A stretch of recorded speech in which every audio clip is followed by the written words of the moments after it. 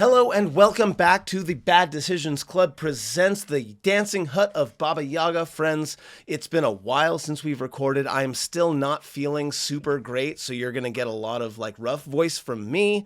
I apologize for that. I am, of course, your illustrious GM, but I'm not the star of the show. The star of the show are these wonderful players over here that we are going to introduce right now. Em, who are you and who are you playing this evening?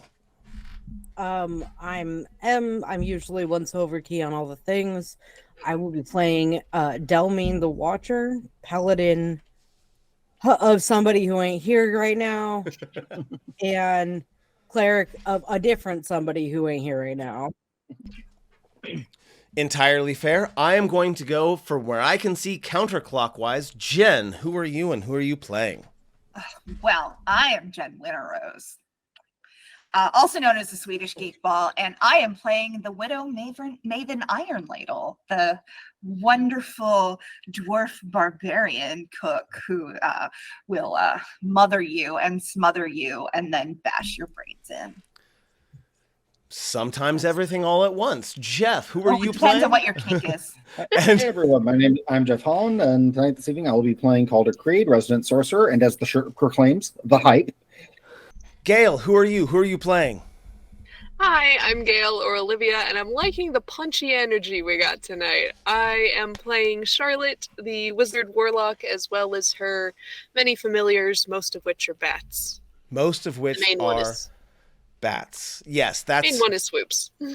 Swoops. I was going to say Pearsons. I'm pretty sure the big one isn't Swoops. He has a different name entirely. No, that's Pesters, and then This is Dives. the main one, though, not the big one. Yeah. Yeah, that's a different thing. That's good. Mean versus big. Okay. I do high school teaching, so I need to wrangle us together now. We Good luck. No. have not recorded in a while, and the last time we recorded, actually recorded, we started at the end of the fight with the Baba Yaga simulacrum. Yes, where Tasha gave a bit of an idea of what she might be planning, but also offered you all some potions that would allow you to sleep for 5 minutes and then wake up and be totally cured of everything, right? Like long rest in a bottle. And that went totally fine, and there were no misunderstandings whatsoever, right? None. Right. Except for one major one, but none. Except for the fact that Calder, when he sleeps, Is a vampire. looks like a goddamn corpse. Don't blame me, it's the Shadow Sorcerer stuff. And Maven, despite the fact that she's been with the group for a while, maybe has not noticed that before. And Has been in the room with a sleeping Calder all of twice, and only this time up close. and to be fair, And when he's mannered. Doesn't stare. when a very powerful witch hands a potion to someone, and then that someone turns into a corpse, admittedly, You're making a joke about drinking it and it being poison. admittedly, it's rife for misunderstanding. So there was a little bit of combat that went exactly how you feel like it probably would have, and eventually, Maven was convinced to calm down, and She made such a good impression on Tasha. and then Tasha decided, okay, we're gonna go to the treasure room, we're gonna get some things, and then we're gonna leave. That was her idea. She said go somewhere we can talk. Yes, that's fair. And she opened up the door, and unfortunately, Baba Yaga has some defenses on her doors, and some of you were misdirected. In fact, I believe the only one that actually managed to make it through the portal with Tasha was Swoops. And Tasha was like, you and I should have conversation. And Swoops was like, and then we moved on. Maven and Charlotte, you ended up in a room that by the time you finished, you realized was basically a joint hallucination. Yeah. It was a fun room. I actually really liked that. It was really fun where the belief of each of you created the world around you, and eventually you found yourself in a very weirdly role-played situation that I really loved. You were able to agree to the door and the keyhole that would lead you to the treasury where Tasha and Swoops were. There was more to it than that, but then we quick jumped over to Dell and Calder. Yep. Who I believe, did you interact with the Green Sisters last session, or was that before? Yeah. In Lakeland is what it's called, with the Green Sisters, who were mostly, one of them was very friendly, but the rest of them were kind of standoffish. And you were able to convince them through the gift of a ring that technically wasn't yours, but was a piece of sentimental value. And they reunited you with your brother Anton and his extraordinarily dead friend, Chomper. That fight went pretty okay in the end. It was hit and miss here and there. Poor Chomper never got a chance to do anything.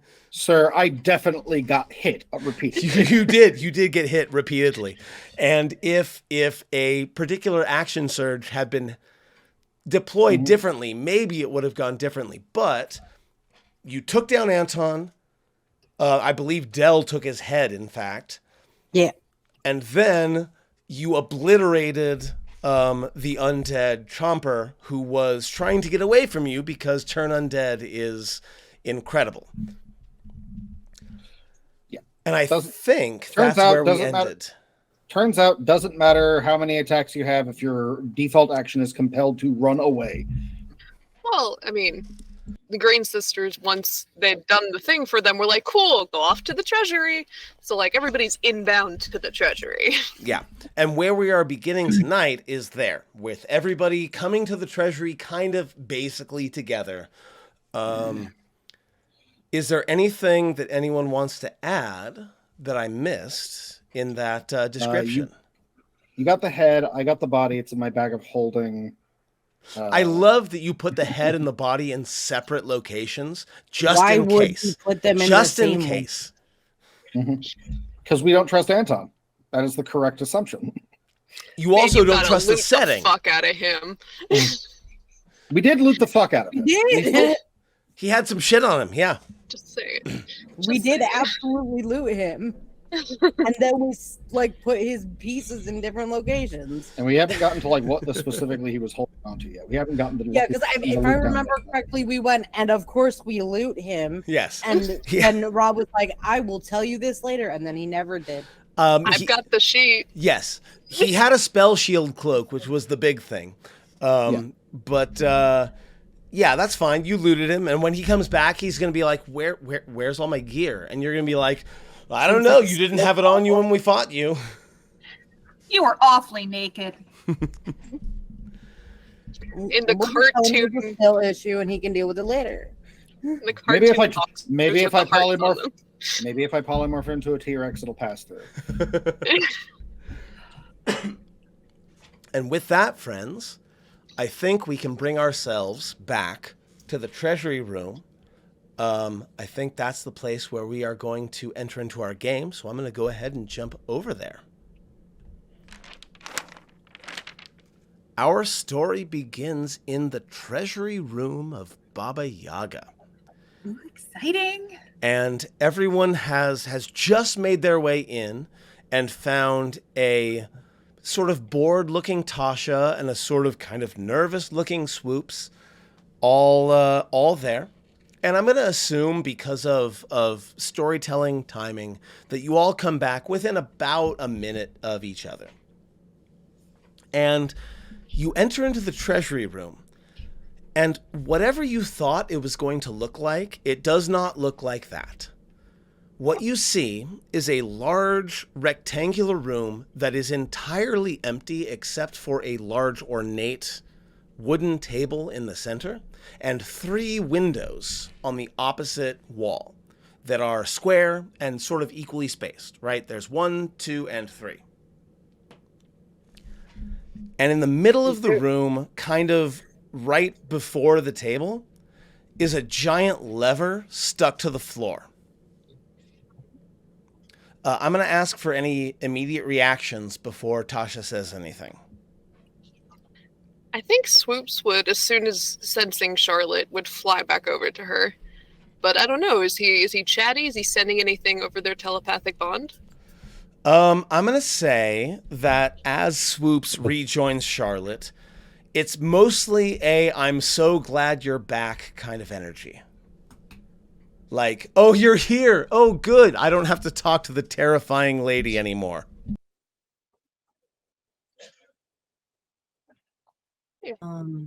Also, Swoops is clearly, obviously, and like justifiably terrified of Tasha. Give him some head scritches. Em, what were you going to say?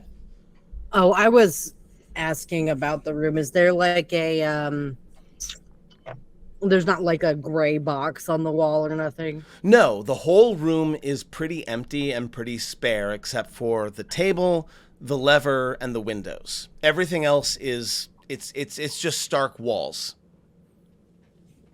It feels like being in like a bank teller area. Like it's all very sanitized. Does it have big loading screen feels? It does not have loading screen feels. It does not seem like more is going to load in. I'm going to say it's about like 20 feet by 60 feet. So it's not huge. It's a like a big rectangular room.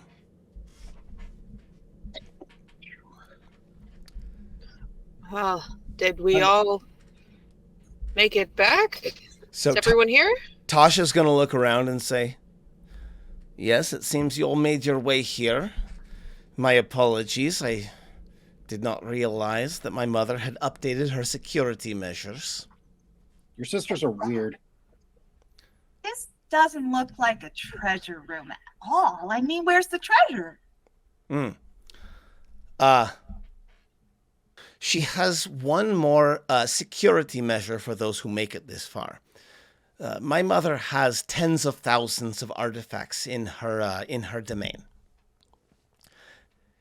You pull the lever, and 3 of them will appear in the windows, and well, you can only take 1.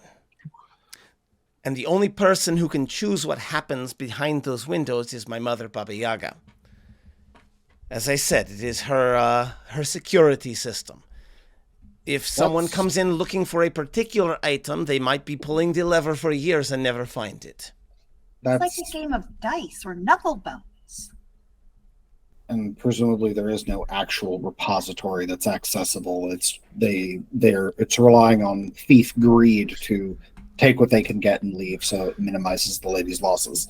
The archive exists, of course, but none but my mother can access it directly. Fascinating. I think Charlotte's gonna not walk up to the lever, but like the wall where like the windows are, and like putting her hand on it, seeing if there's any like subtle runes. Can she do like an arcana check about this whole thing? Do you have Detect Magic active at the moment? Not at the moment. Awesome. You don't but feel she could any cast Identify. You can do that, but for the moment, you do not detect any runes with your fingers. It is a very like just there's a glass panel, and you don't detect anything out of the ordinary. If you want to cast Identify, you are more than welcome to do so. Yeah, I think she'll do that. She'll cast Identify. That's It takes a minute. That's a minute spell. Okay, so while Charlotte goes up, begins casting Identify. What is everyone else doing while Charlotte is obviously incanting at this window? I turn around and take a look, and Calder, what do you look like right now? I look like I've been cut across the chest by a large, but I'm like, but it's been stitched up, but blood is still like stained it on the inside, and I haven't noticed yet.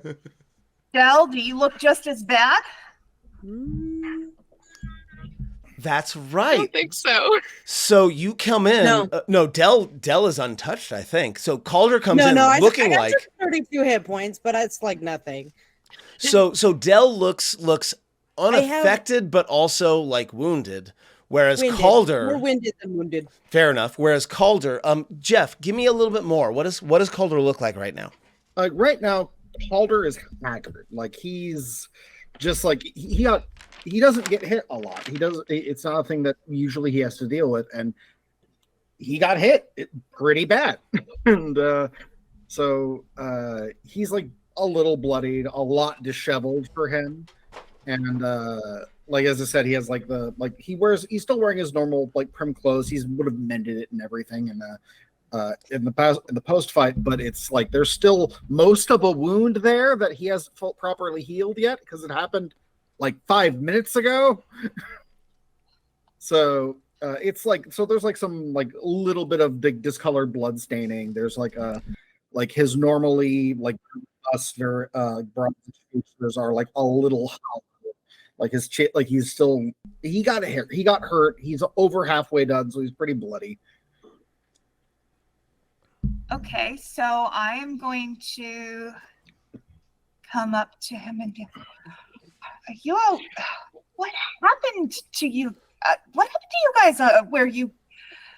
This looks not. Can I interest you in like some healing? Yes. And she hands a potion of greater healing out. Can I interest you in some healing? You want to like get a handle on that? It's Calder, I mean.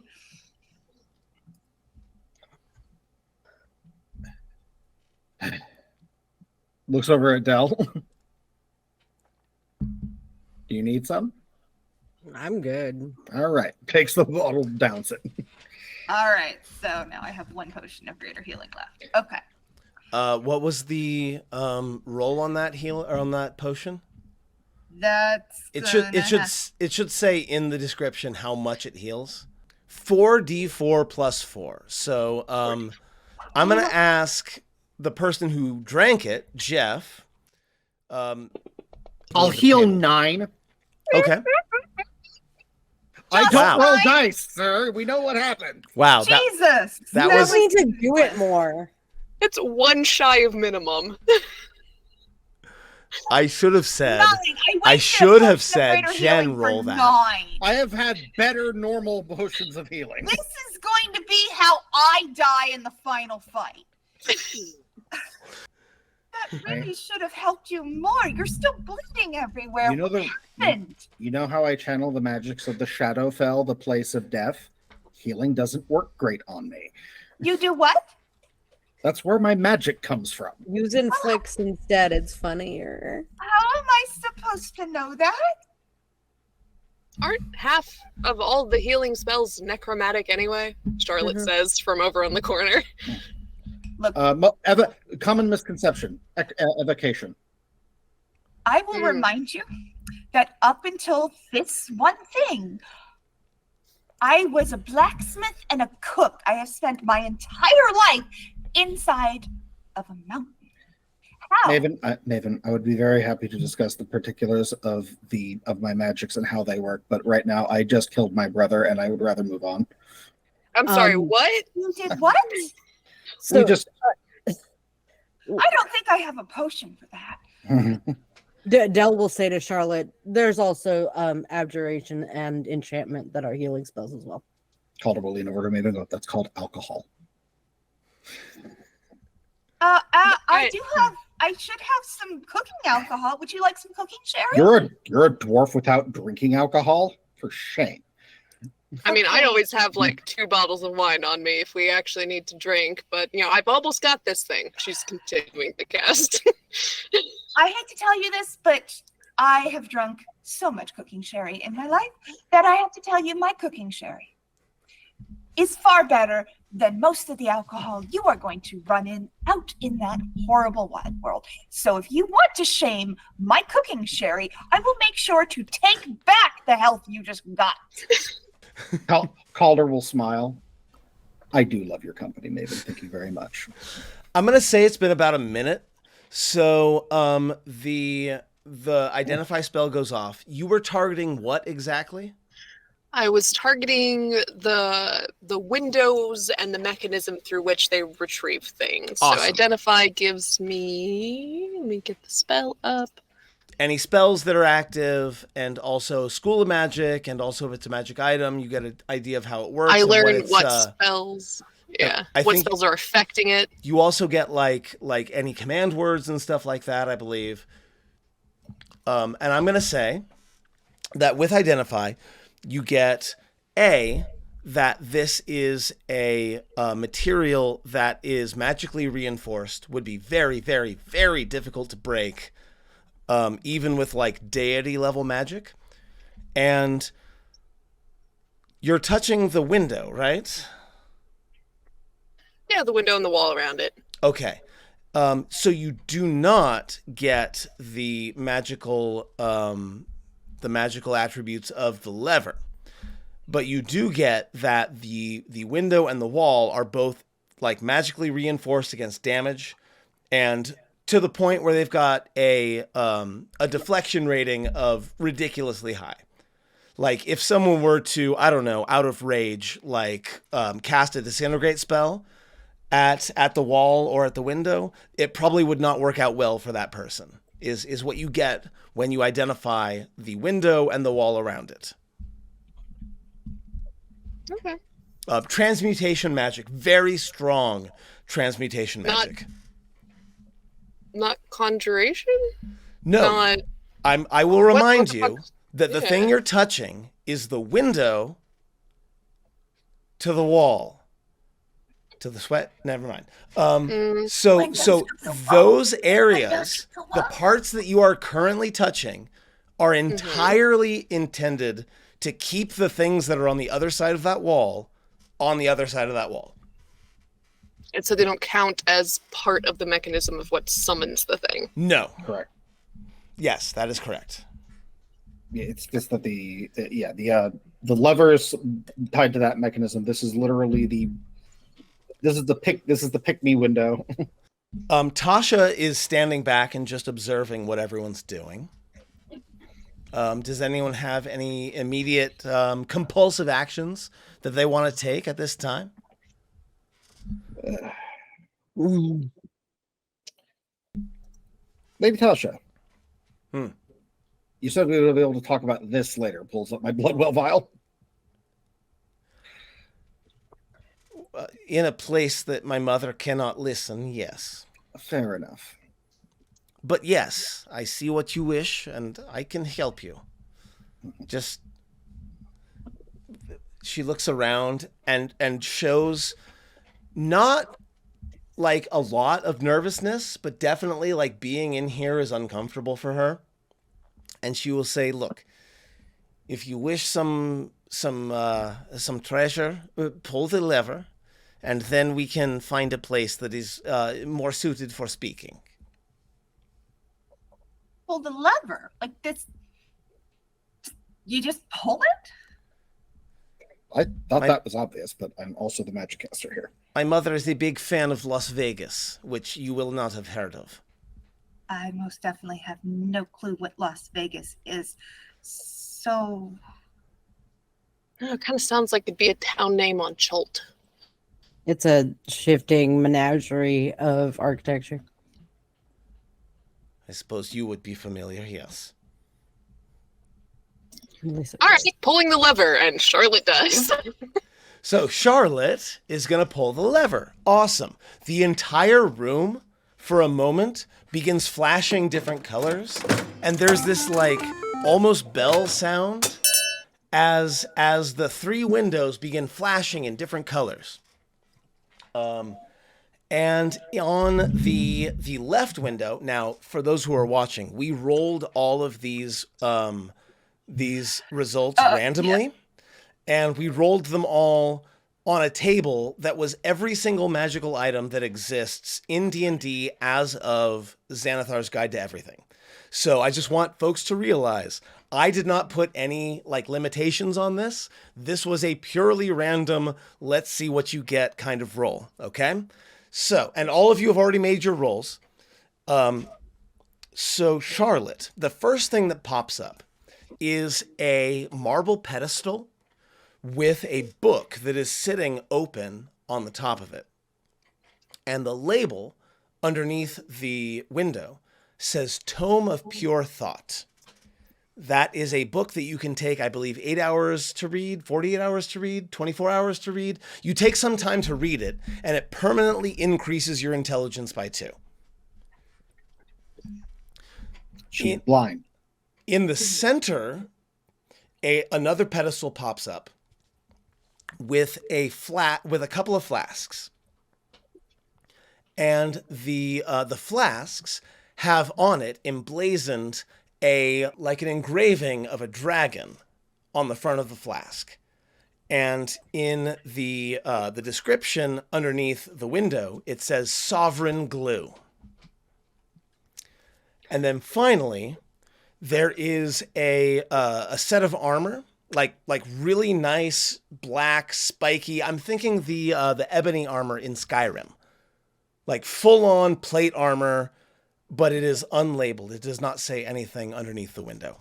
So those are the 3 things you get to choose from, and you only get to have the window open once. Well.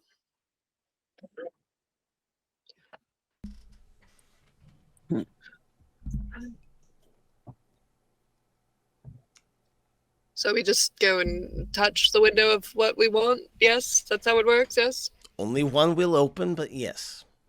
All right. Walks right over, touches the middle window to get the 2 bottles of Sovereign Glue. So the window opens up. You'll pick up 2 ornate flasks. I believe we already determined how many ounces of Sovereign's Glue is in each one. I believe I believe it was 6 and 5. 7 and 6. 7 and 6. One is full, one is one shy of full. 13 applications of Sovereign's Glue. I'm sure this is not going to break my game in any way whatsoever. And then it is just the glue that requires a wish to unbreak. It's fine. Hear me out. Hear me out real quick.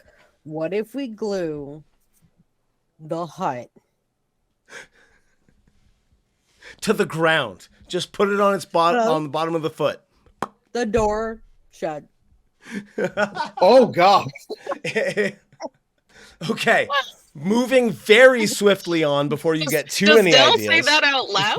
No, that was an out of character thing. Okay. I think it would be hilarious, but it would be funny. I might say it out loud later. I haven't decided yet. Okay, decide. But for now, so Charlotte moves forward, pulls the lever. There's the whole casino sound.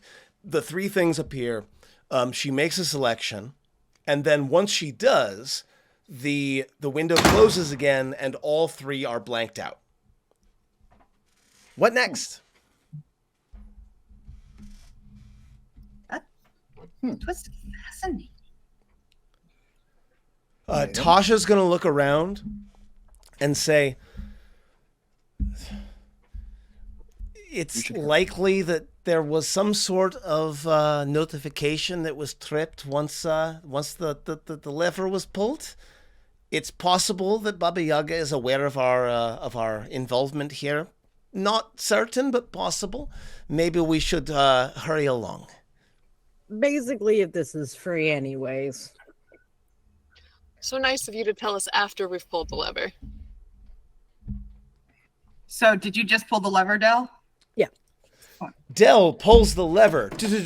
Lots of spinning, lots of lights, lots of sounds. And in the left is a set of potions that are labeled Potion of Etherealness. Mm-hmm. In the center is a bow, like a beautiful, obviously elven-made, like recurve longbow that is labeled Oath Bow. And then on the right side, unusually, is like a small clear basin, like a bowl.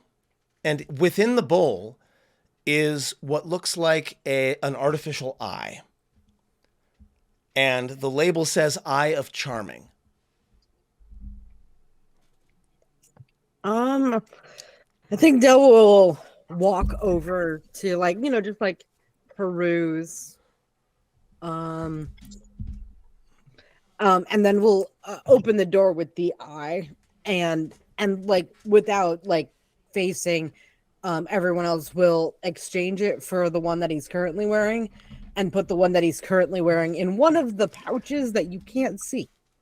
Now, technically, for those who are watching and thinking there's no way that an artificial eye came up randomly, technically it was the Eyes of Charming, which is like glasses, like lenses, that came up. But then M asked, hey, what if it was an Eye of Charming? And I thought, hell yeah, it still fits the thing that we rolled. So yeah, you got the Eye of Charming, which I believe casts Charm Person at a DC 13. Maven pulls the lever. Pulls the lever. Lever. The lights come up. The sounds come up. The various flashing comes up.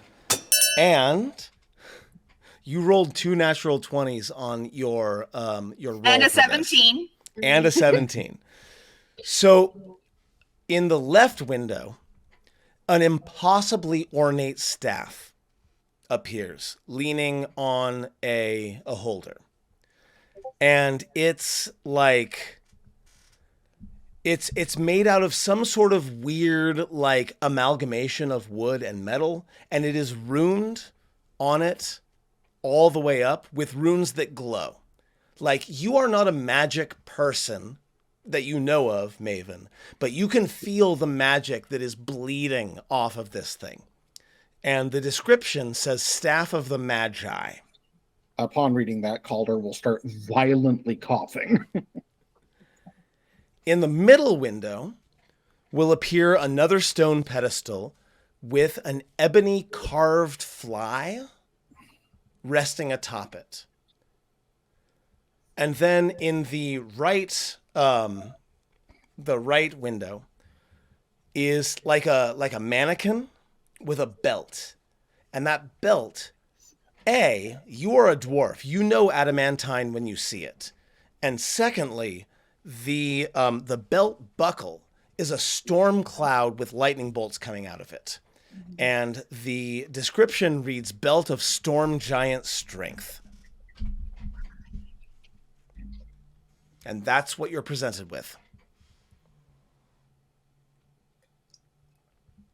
I'm not really sure what the middle thing is, but that's a fly. And some sort of if I had to guess, and as these things go, any carving of an animal that's standalone is a thing that either becomes the thing or summons the thing. And I'm not really sure what that fancy stick is about. That is a Staff of the Magi. That is that is singularly one of the most powerful arcane relics that exists. Oh, so it's a fancy magic thing. It's a mage thing, yes. Okay. It's Is that the- Like at this point, violent eye twitching. Hydra?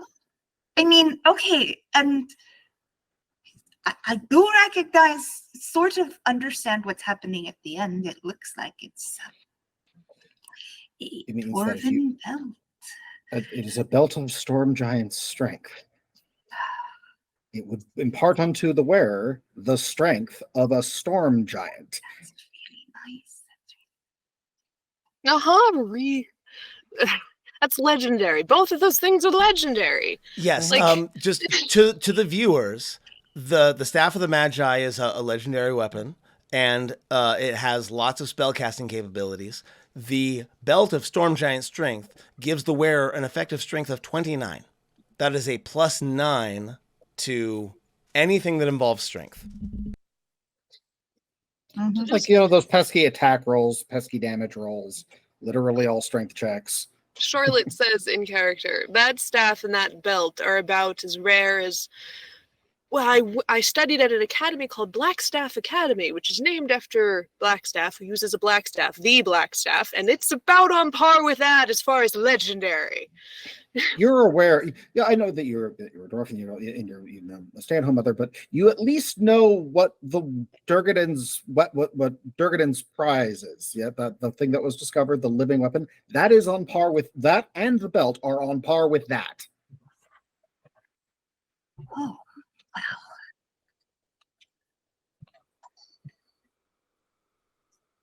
So,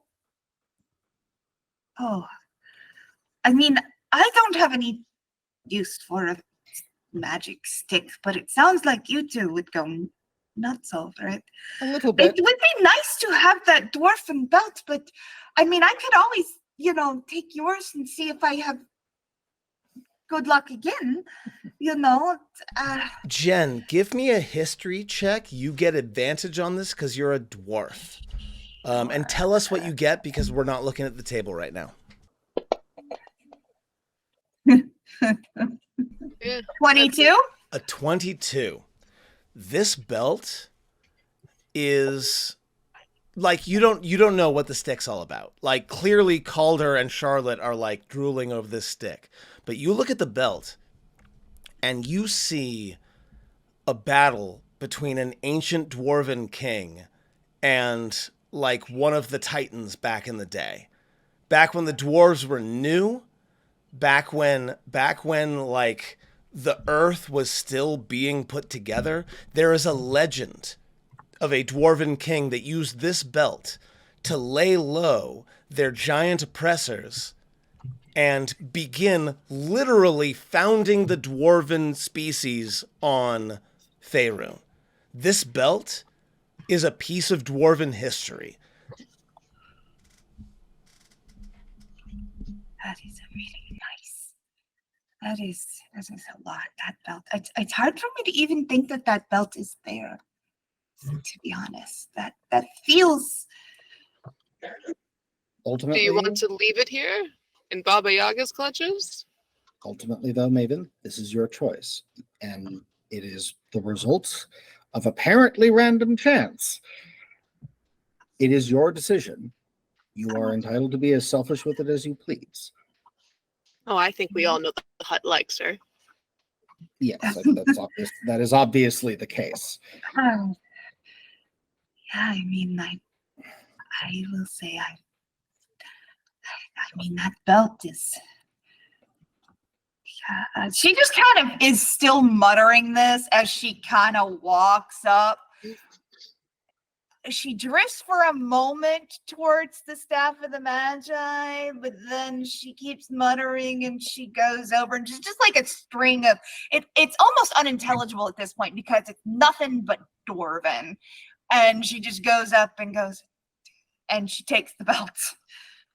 And the window will rise. The belt is yours, and the staff I watch the staff vanish and go, very slowly, it's fine. very slowly as the lights brighten behind the staff. And you can see just the end of it for just a moment longer as the glow suffuses everything, and then all three chambers are empty. I will look up at the ceiling and go, I see your game. It's funny. I'm not upset at you. I think Charlotte leans on Calder, like puts an arm on his shoulders and just kind of whispers, "Careful what you get tempted with here, yeah?" So I reaches believe over, grabs the handle, pull. Once again, the room begins to flash with various colors. Once again, on the left, a shield in the shape of a dragon's head that says Spellguard Shield underneath. In the center, a chalice made out of the skull of someone, but also encrusted in emeralds. And on the right, a wand that is in a small holder that is labeled Wand of the War Mage. The shield is labeled Spellguard Shield, and the chalice does not have a label. So presumably the chalice is just, I am an expensive cup. It's very, very expensive cup. Thank you very much. It is an extraordinarily, incredibly Like, Expensive cup. yes, absolutely unnecessarily expensive cup. That cup is worth kingdoms.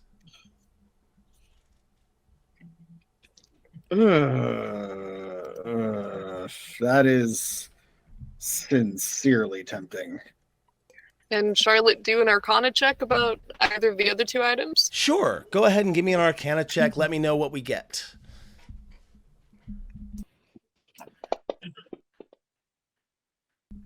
Oh, that's a 28. On which one are you looking at? I think she's trying to remember what the Wand of the War Mage does. The Wand of the War Mage makes targeted spells more accurate, and depending on how powerful it is, the accuracy bonus is increased in a way that I don't want to talk about because it's game mechanics. But this one is very powerful. On the 28, do I also get the general gist of the shield? No, you got to give me a separate roll for the shield, but thank you very much for trying. It's Spellguard. It's the Spellguard enchantment for 18. things. It says Spellguard Shield on it. I will let you decide to make your own choice because even with an 18, I'm not going to give you more than that. Even with an 18, this is a very rare item.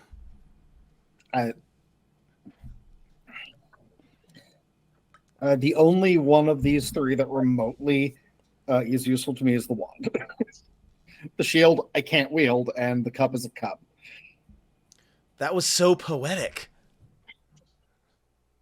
You can wield the shield, you just, take like a -10 to your movement.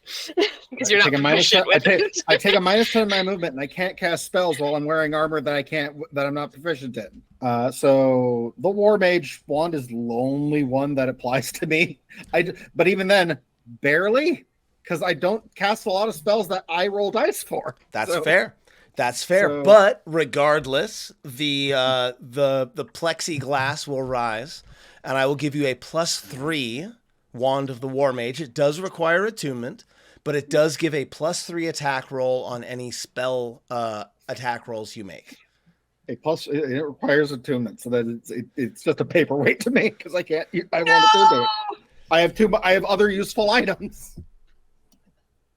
Look, my friend, I rolled a bunch of times, and this is the best thing that I got for you. I get it. It's fine. It's random chance, but it's just a case of, wow, this is really, really cool for a different character. It's also a thing that you might be able to attune to if you know you have a specific need. Maybe. It's true. There's that at least. Or take back and hand to a different character, maybe. True. This is also true. Bad Charlotte. You don't use a lot. Wait, you're blind. You don't use a lot of targeted spells either. No, I'm gonna target with my board. Pyre, Kretha, fucking Sven, Echo, fucking. There's a lot of people that can use that one. Yeah, we have people. We can't. This will benefit someone at least. Now that that everyone has it goes. Now that everyone has pulled the lever, Tasha, who will not pull the lever herself, will turn to everyone and say, I have held my end of the bargain. Perhaps we can... What bargain? We've not made any deals yet. I have brought you here. Perhaps we should meet in a place that is less likely to be observed and discuss next steps, yes? She'll look to everyone. You mean to say that you are willing to offer your assistance in the fight against now Baba Yaga and her new allies, who are conjuring the Golthias tree? I have planned for the situation, yes. Oh boy! But I do not want to discuss plan in her place home. I get that. where my mother could listen in at any time. Yeah, you said this room is probably alarmed. We should definitely head back somewhere else. Let's see. The orchard was nice. We can go to the orchard. Yes. I have to go to the wine cellar. The wine cellar? Wine cellar? We could talk there. Perhaps we can find alcohol more suited. to Calder there at the wine cellar? Yes, I don't I can send you back to Orchard or anywhere else, but I was thinking somewhere outside the hut for clandestine conversation. And then have to work our way all the way back in? You worked to get in? Yeah. Are you able to just stride into whatever room you want, wherever here? Because that doesn't seem like what happened when we went through a door together. I suppose in general I can, yes. I am bound to the hut, which means I can navigate. I can navigate you to the exit if you wish. I don't. Wait, what? No?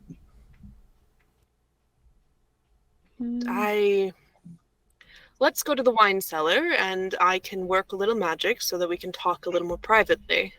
Because I have a plan that would go much more smoothly if we can enact it while we're in here. Is Charlotte currently employing any magic that affects the ability to have their surface thoughts read, or her surface thoughts read? No. What are her surface thoughts currently looking like right now? She's thinking about, okay, wine cellar, probably not too big. I mean, the area I can cover with a private sanctum. Even if the room's bigger than it, I can just cordon off part of it. Like, that's what she's thinking of. Totally. The spell she is planning to cast when they get into this new room. Yeah. Tasha will look at Charlotte and will say, my mother's ability to see and hear into her rooms is inviolate. Your spell, I assume you are looking to cast a spell, will not stop her from being able to hear you. Does it? Am I correct in my assumption that we must have this conversation now, or else perhaps you do something rash? How would you know if... Okay. Normally when people peek into my mind, and then she casts non-detection on herself. Perfect. Excellent. So you cast non-detection, and Tasha is not going to do anything to stop that. And in fact, as you cast that, she's going to kind of crack a smile, as though a potential pupil has passed a test. So she'll kind of smile and she'll nod, and she'll say, I repeat, I assume this is a conversation we must have now, rather than back at your stone tooth where we would be safe from prying eyes. Allegedly. Safer. I think we're past safe. Regardless, aren't we wasting time? Let's just at least get there, you know? It took us a while to get through, but if you say this is a bad space to talk, let's get out of the bad space to talk. Let's go to this wine cellar. Tasha's going to look at Charlotte, and is going to, once again, like, Tasha's regard has a weight to it. You know that she's like considering you and like weighing you, and she's gonna kind of nod, and she'll turn and she's gonna whisper something to the door. I'm gonna need some very difficult perception checks for folks who might want to hear what she says. But again, she's saying it very softly, so the DC is gonna be really high. Can Swoops make this check when he has advantage on listening? I am going to give Swoops the check, but I'm not going to give him advantage because he is intimidated by this person. I mean, it's high, but it's not like... So he's going to get disadvantage and advantage that are going to cancel each other out to a straight roll. I did see a 25, though. And a 20. Oh, that's a...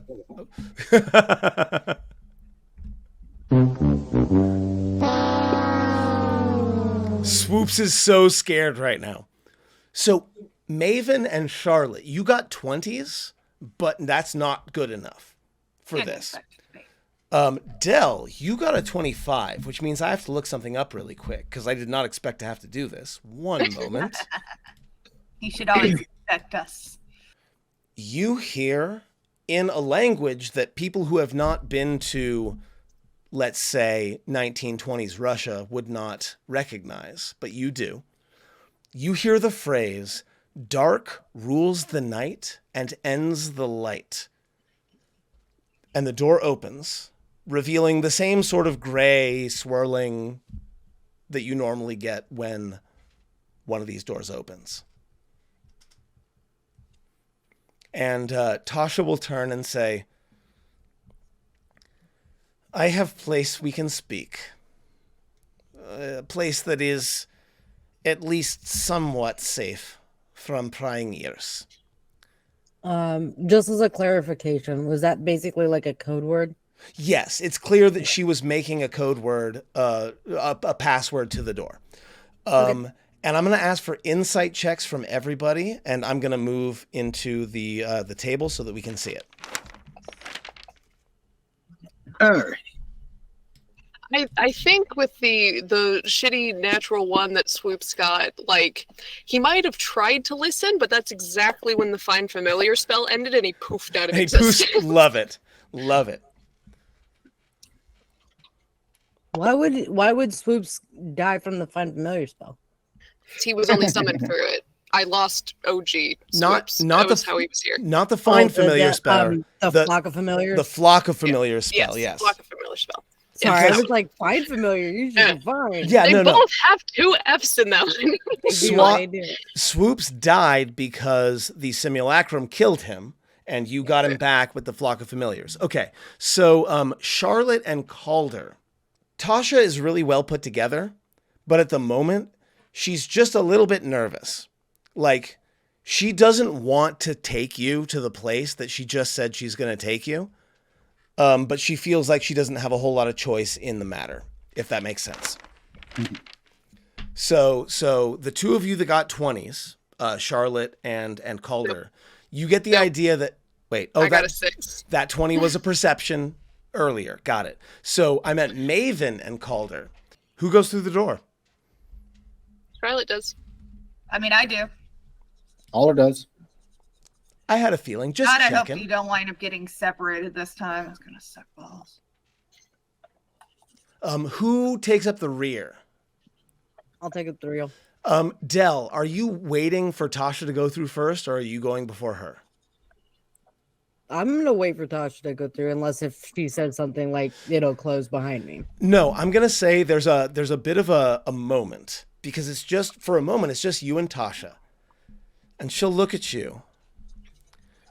And she'll say, "You care for him, don't you? You see his decisions, and you understand where they lead, yes?"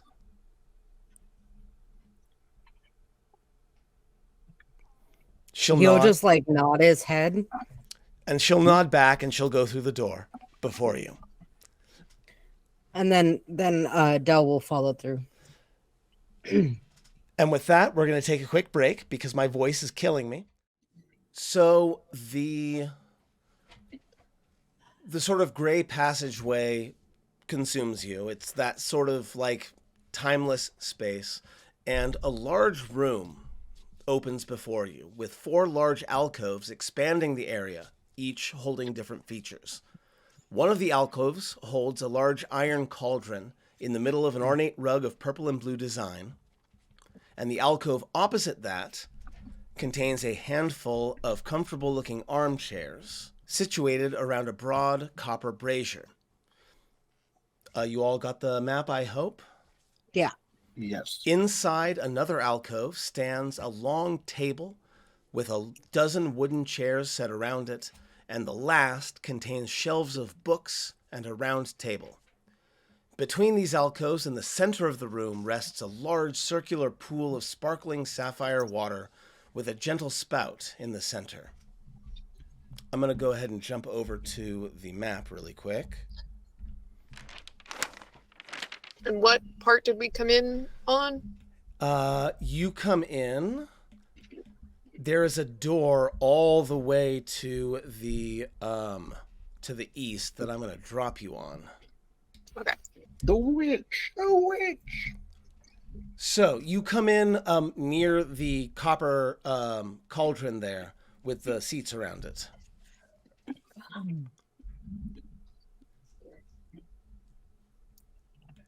And I'm going to put Tasha down as well. I think Charlotte has a hand on Maven's shoulder to just kind of help gauge Mm-hmm. distance and where we're walking right now, because Swoop's poofed. Sounds like a smart idea.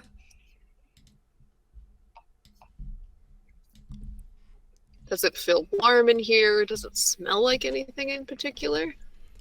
I'm going to say that first off, you intuit that this is a room that has not been in use for some time. Yes?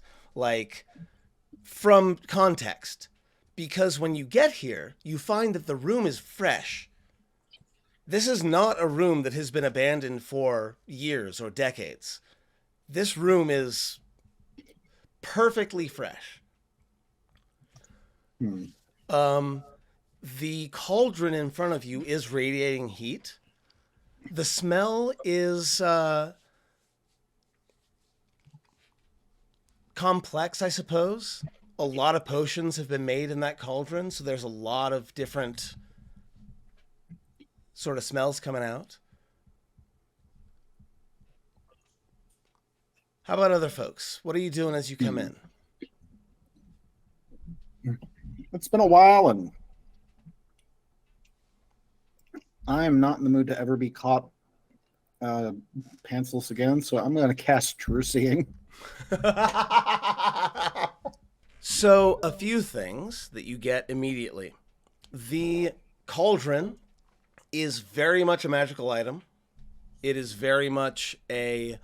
you get strong transmutation and conjuration from it. Okay.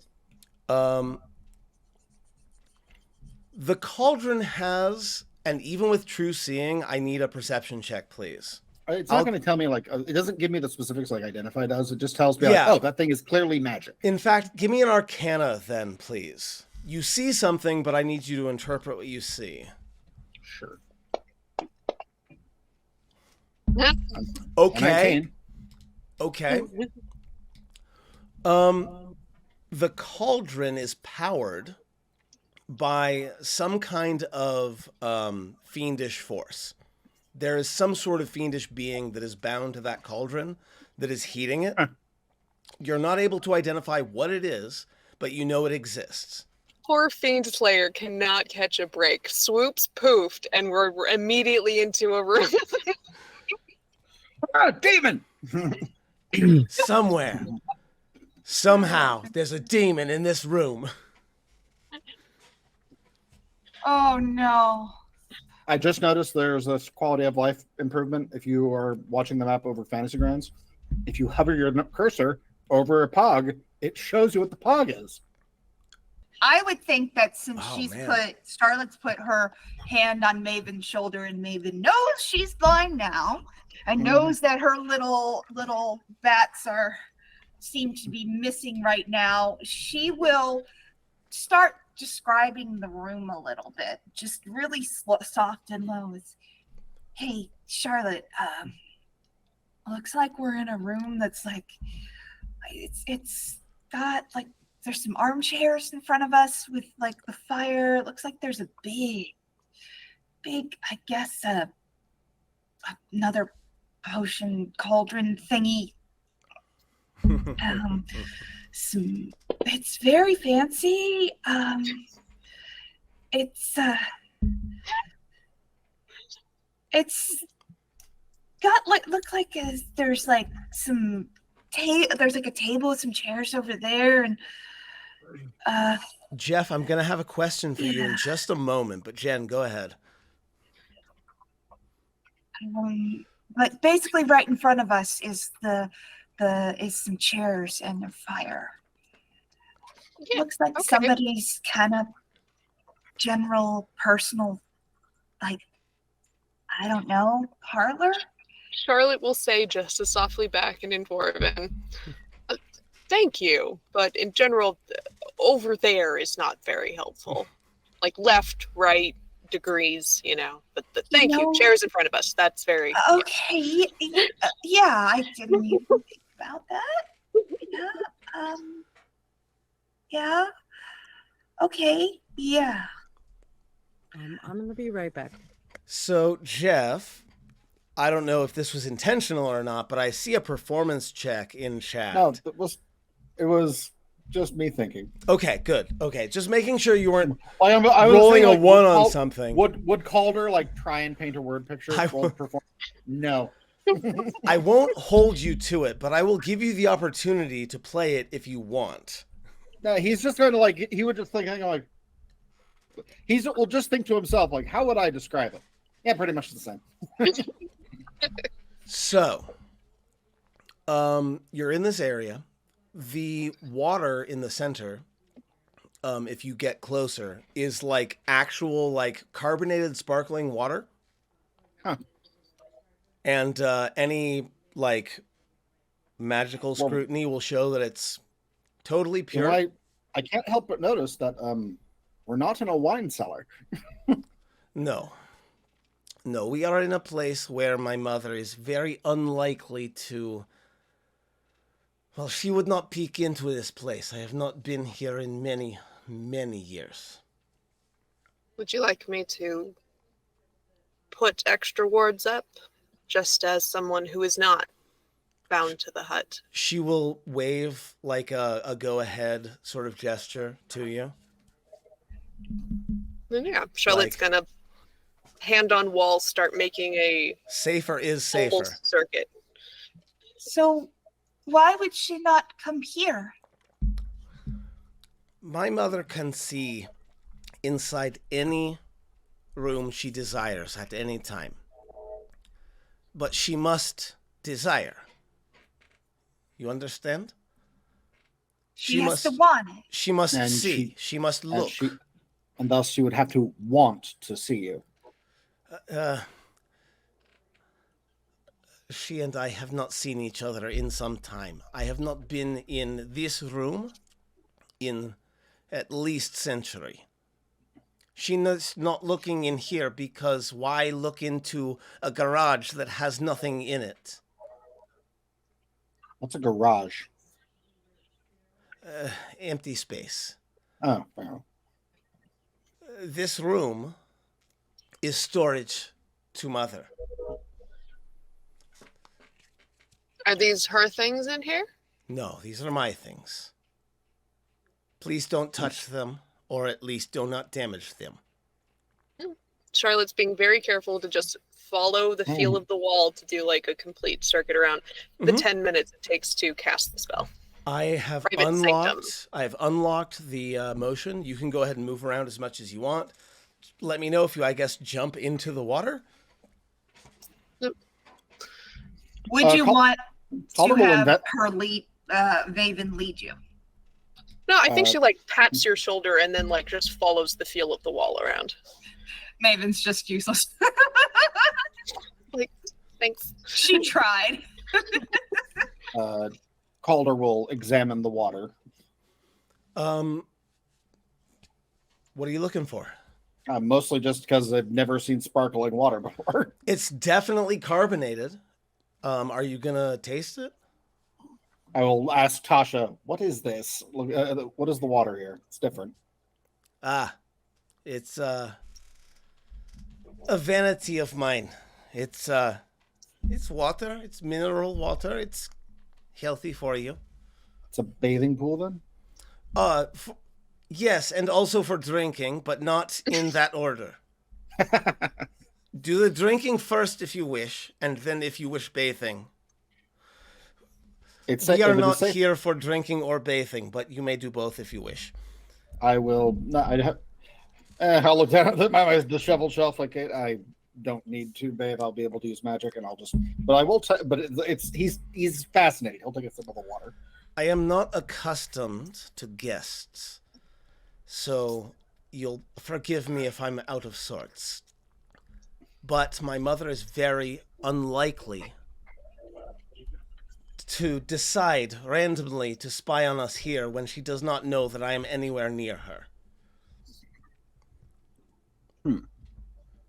So we can speak with some, but not perfect, privacy. Okay.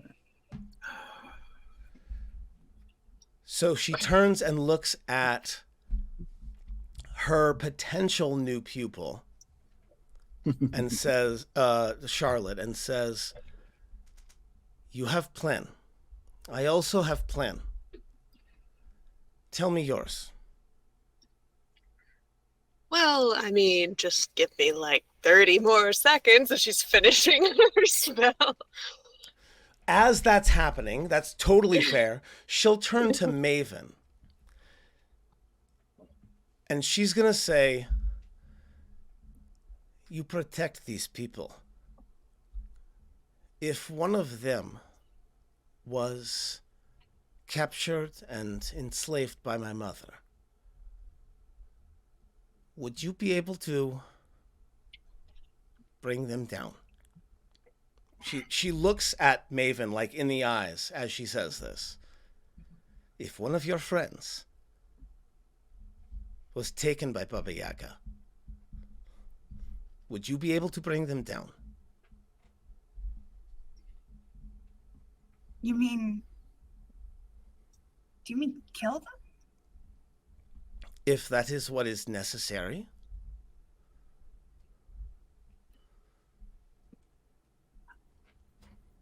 I don't know. I hadn't thought of it. And done.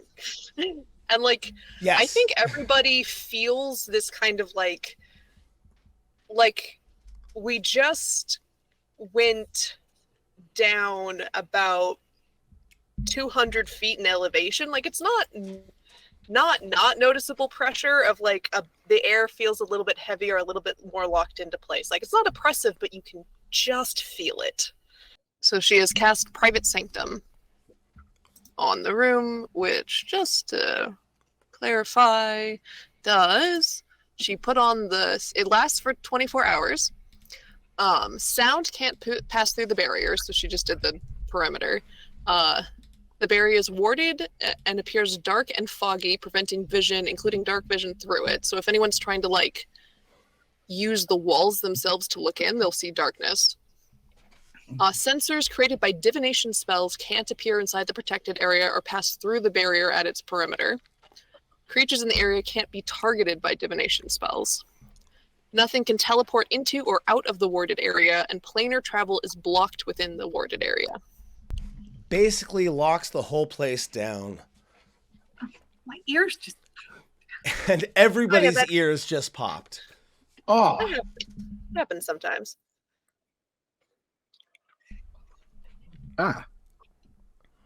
need some chewing mallow or something.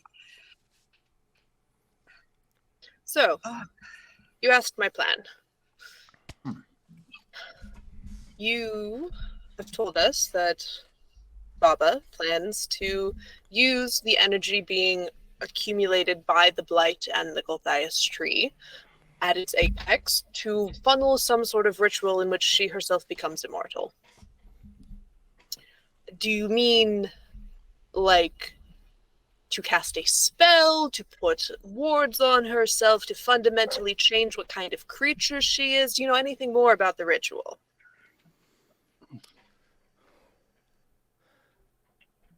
I don't know the details. She wishes to change reality for herself. All creatures die. She wishes to use the magical energy that is built up underneath your forest to change reality for herself alone, to sever the connection to death forever. But you mentioned she would the hut would be part of the ritual. She The would need to focus. use the hut in it. Yes. The energy that will come out of the ground will be incredibly destructive.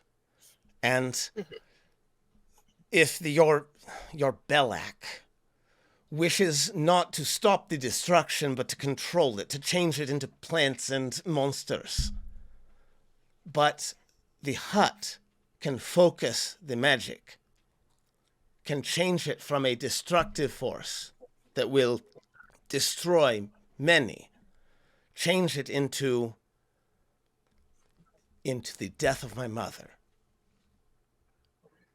Well, we're not entirely sure that Belloc is just going to use it to destroy shit. There's a bit, one of the druids that kind of knew him and had some insight, passed along a message about how he was trying to attain godhood, which would involve the death of almost everything on Faerun. I mean, he didn't include diagrams or anything. Druids rarely do. It made it sound like he was attempting to pull a Karsus and acquire and pool a tremendous amount of natural and weave energies into one space. Well, and there's also not just Belloc involved. No. Morgenthal, a two-headed ogre. Is he an Etten? I didn't think he was. I thought he was, because Ettins are usually two-headed, but he's some sort of a mutant regardless. Yes, but he, as far as we understand it, is trying to use all of that collected energy to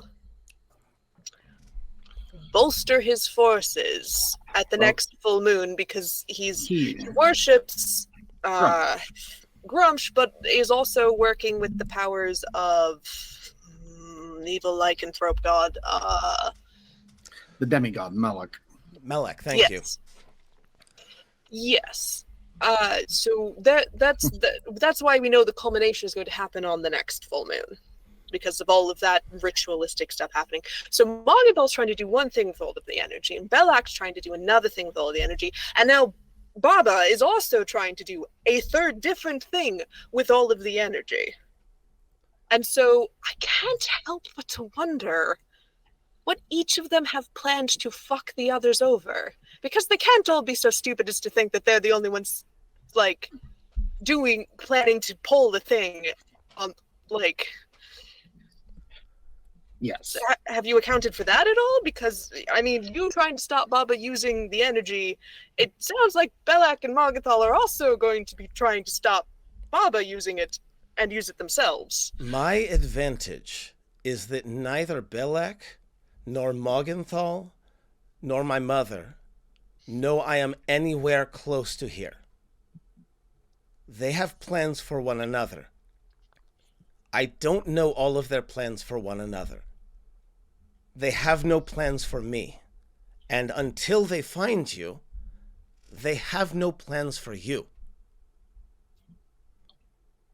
We do. What do we know do they with have some that? kind of. They have some kind of plans for us. I refuse to think that them recruiting Anton was an accident, because we've had multiple assassination attempts on us. Yeah, what the fuck did you mean by the fact that you killed him earlier? What was that? That's a separate discussion. Is it? I beheaded him. And I was a Tyrannosaurus at the time. And that was in the hut. Yes. As I said, it's a conversation for another time. It sounds pretty connected to me. What in the world is I a don't see how. Tyrannosaurus? It's a Well, dog. no. That's why. Anton was there. Anton was in their camp. Maybe he saw something. Yeah. Yes, I agree. Dell in the corner is just going to describe a Tyrannosaurus Rex to Mabel. Or Maven, sorry. Well, maybe during this whole planning what we're going to do about those three fucks in the little planning ceremony thing, could maybe use an eyewitness account who has maybe seen those three fucks setting things up. I'm open to the idea, but he would need to be purged of the Gulthias finds. I can do that. Hold on. Meanwhile- Point of order. You did purge. I used blight You to used remove blight all of the to plant matter remove- in his body. So that's fair. I just wanted to make sure that you remember that. Like, you use blight. Every bit of Burnt plant it matter out. in his body has been burnt out. I So wanted to- it's but safe to say that he is free of that control at this time in the literally most painful way you could have done it to him. Like, I know the To be ritual fair- to do it while someone is still alive. To be fair, he was dead. He at the was time, dead at the probably time, didn't so feel- not painful at all, turns out. All right, well, I mean, and Well, turns in the general direction of the paladin cleric. There's one more thing, though. We didn't do it to the head. I only did it to the corpse. So, Del, we would have to cleanse the head. You give an awful lot of eye contact for someone who can't see. Your armor makes a certain noise. It does. Yes. And I'm very good at pretending to be able to see shit. I know. Are you capable of bringing Anton back to a point where we could ask him questions? Oh, About what he may have seen in the camp? not currently. I can. He has a creepy death magic. Right. All right. Do you want to give me the head to cleanse before we? I think we Do should. you want to do it here? I don't. If we need to the intent of this to use this time is to interrogate someone who knows more about the tree and use this for fact finding, I can't think of a better reason. Yeah. I mean, this is if we're talking about what the plan is and how we're going to disrupt it. Personally, I think it would probably be better to do that sort of a ritual on hallowed ground. Is this unhallowed? She turns in the general direction It's of not Tasha. hallowed. It's not hallowed, but there is a place in the Stone Tooth for that. Why? Yes, but I'd Why like to know specifically now. hallowed? I understand the need for instant gratification, but I don't know if this is actually the right time for it. Your How friend else are we speaks Nathan is wisely. just horrified. Like these yahoos have the power over life and death? The fuck? If we are making an ally out of the Witch Queen, Yep. and he's a source of what preparations they might have been doing. And they had to use mind control on him to control him, which tells me he was not consenting to this process. Anton would never compromise how much he would enjoy killing me. Small correction. Not mind control, body control. They take control of the muscles. They take control of everything. It is not mind control. Anton It's puppeteer. It's not was necromancy aware law. and conscious. Is this Tasha saying this? Yes, this is Tasha saying this. And as I And said, how do you know how the blight works? that You said you haven't been close to any of this. Charlotte, I actually agree with that. Tasha will say, you have only recently shielded your mind. And on the petty level, there's no way Anton would willingly compromise himself enjoying killing me. I think the information is worth having now so that we know whether or not trying to mess with Baba Yaga's ritual will impact as much as we think. So I think it's worth it to ask Anton some questions. My magic doesn't need hallowed ground. I'm not even certain if it wouldn't be impeded by it. I mean, you're not divine in origin. No, I'm channeling magics directly out of the Shadowfell. Do you have a preferred place you'd like us to put the body? She asks Tasha.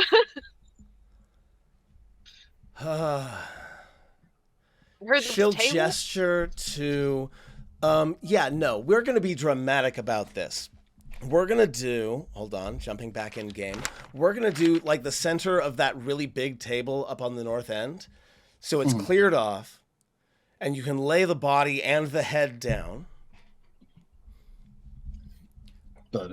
Again, by the way, no dust at all. Looks totally, completely like a maid came through today. There's probably a permanent unseen servant that dusts every day. It's fine. So you lay the body out on the table. Thud. It's been stripped of its useful gear. Well, fair and valid. Haven is so horrified. She's you'd- way back there, just eyes, the size of her glasses. Especially Maven would only have heard all of the good news about the hero Anton the Brave. Yeah. She would have. She would not have been here for any of the dark backstory. So she's like, it's the unicorn rider. That's right. That did happen. Yes, that's right. I suppose you wouldn't know. Anton's my brother. You killed him? He was trying to kill me.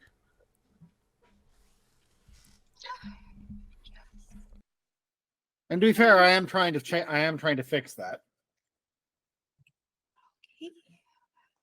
So while that conversation has been going on, Charlotte has been doing the ritual to the head to completely remove the vines there.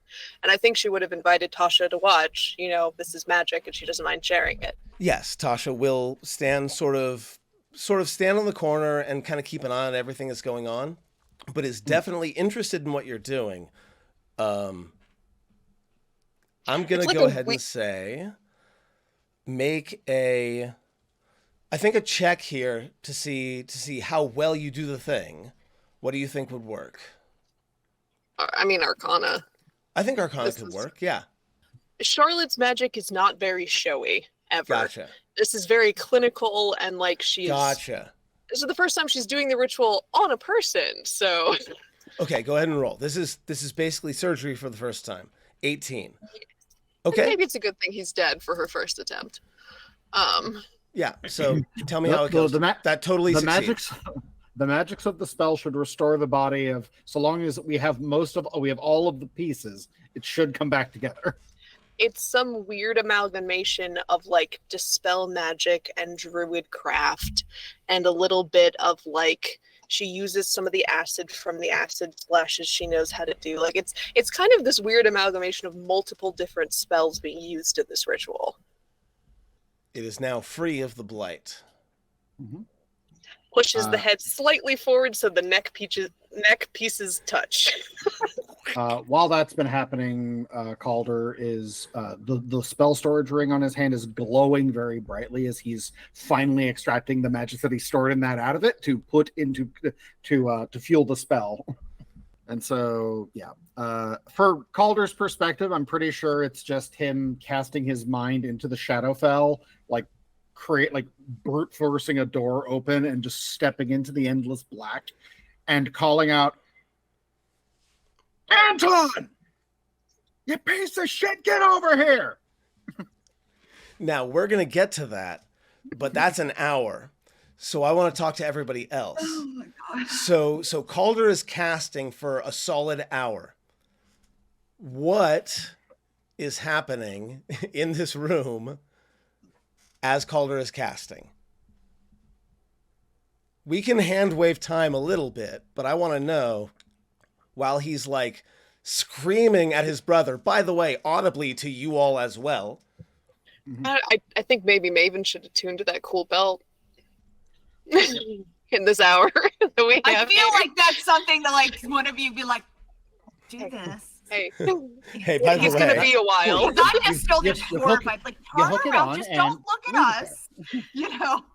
Oh yeah, So, Dell is setting out a chess set, and it is gonna like not like say anything because Dell doesn't talk most of the time. It will just look at Maven and just like kind of be like, "You wanna play chess?" Can she Ta- actually Tasha's- attune and play chess at the same yeah. time? How long does it take to Ta- attune? oh yeah, it's An certainly hour. possible. A point of order. Tasha is Russian. She 1,000% plays chess. 1,000%. Yeah, but plays I'm not chess. asking Tasha to play No. chess with me. No, but she's going to hover and like make That's weird fine. faces at every move. Try very Okay. hard not to be too obvious about her interest. Yes. I mean, we have to understand that my dump stat is intelligence, so I don't know It's if okay, I'm it's a gonna wisdom roll score. well playing chess. You But should yeah, both- let's play some chess. Yeah, both make it's 8 okay. checks. It's a wisdom roll, not an intelligence roll. Are you sure? It's your Yeah. choice of a wisdom roll or Yeah, an I think it's- intelligence roll. I'm going to say it's either. Oh, that's cool. I would actually allow an insight roll on occasion as well for an experienced player, like trying to read someone else, but that's neither here nor there. I love chess, and I'm not gonna get too caught up in mechanics of chess in D&D. Please don't. So I mean, during this hour, Charlotte's gonna want to summon Swoops back yeah, if and you'll allow it. that's 10 minutes, right? It's a ritual. No, spell? it's an hour. It's an hour. Okay, so you will be out for the hour, casting and getting swoops back. Yep. Del, what are you up to during this time? Chess with me. Give me either an intelligence or a wisdom check. This is going to be a versus. We'll do 2 out of 3. Beginning game, middle game, end game. We'll see how it goes. Also, The implication is- if you have the game board proficiency, you can roll that instead. Do not have the game board proficiency. Okay, Del got a 19 on round 1. This is going to be 2 out of 3. Okay, so wisdom I should check probably zoom in on the table. for me. Wow. So You still you're looking over at what Calder's doing for half That's the game. pretty horrified. so Like- Maven does not know openings. White light streaming out of my mouth as my eyes glow. So Maven does not know openings, it turns out, and it makes it pretty easy sometimes to get an early advantage. But that's only Look, one. I know how to play dwarven chess. That's only one. Let's go ahead and roll. Same deal. This is the second one. I keep telling you, it's called Literally the checkers, and opposite. your pieces are shots. Look, you could technically win. It's possible. Okay. All right. And in the middle game, Maven. So here's the thing. I play chess. I love chess. And a very experienced player can easily lose to someone who doesn't know what they're doing because experienced players tend to predict things based on And what a inexperienced rational players opponent would do. Are And that unpredictable. randomness can actually seriously unbalance them for a game. So you got the higher on that one. And you're able to battle back. We have one more roll, and this will determine. All right. Going back to the table.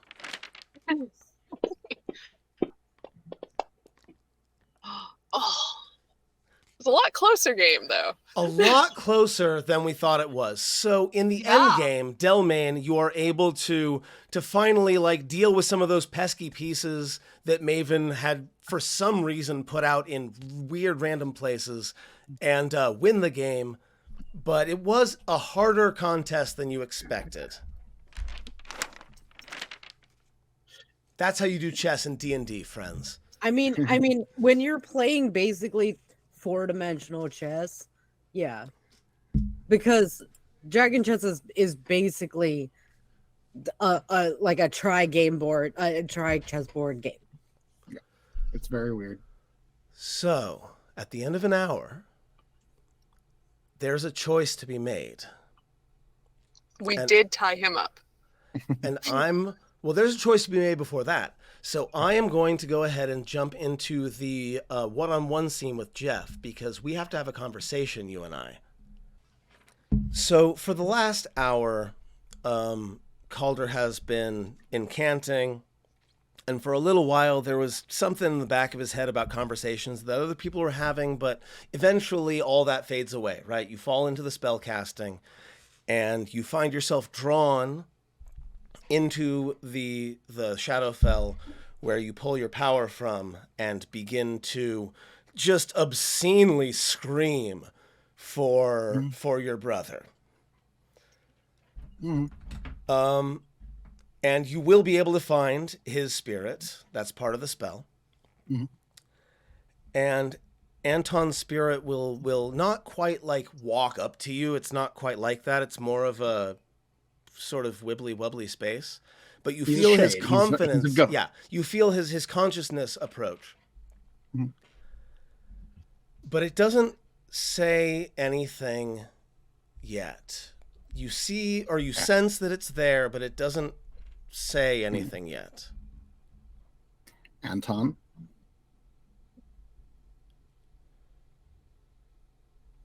It clearly is regarding you, but it's not vocalizing.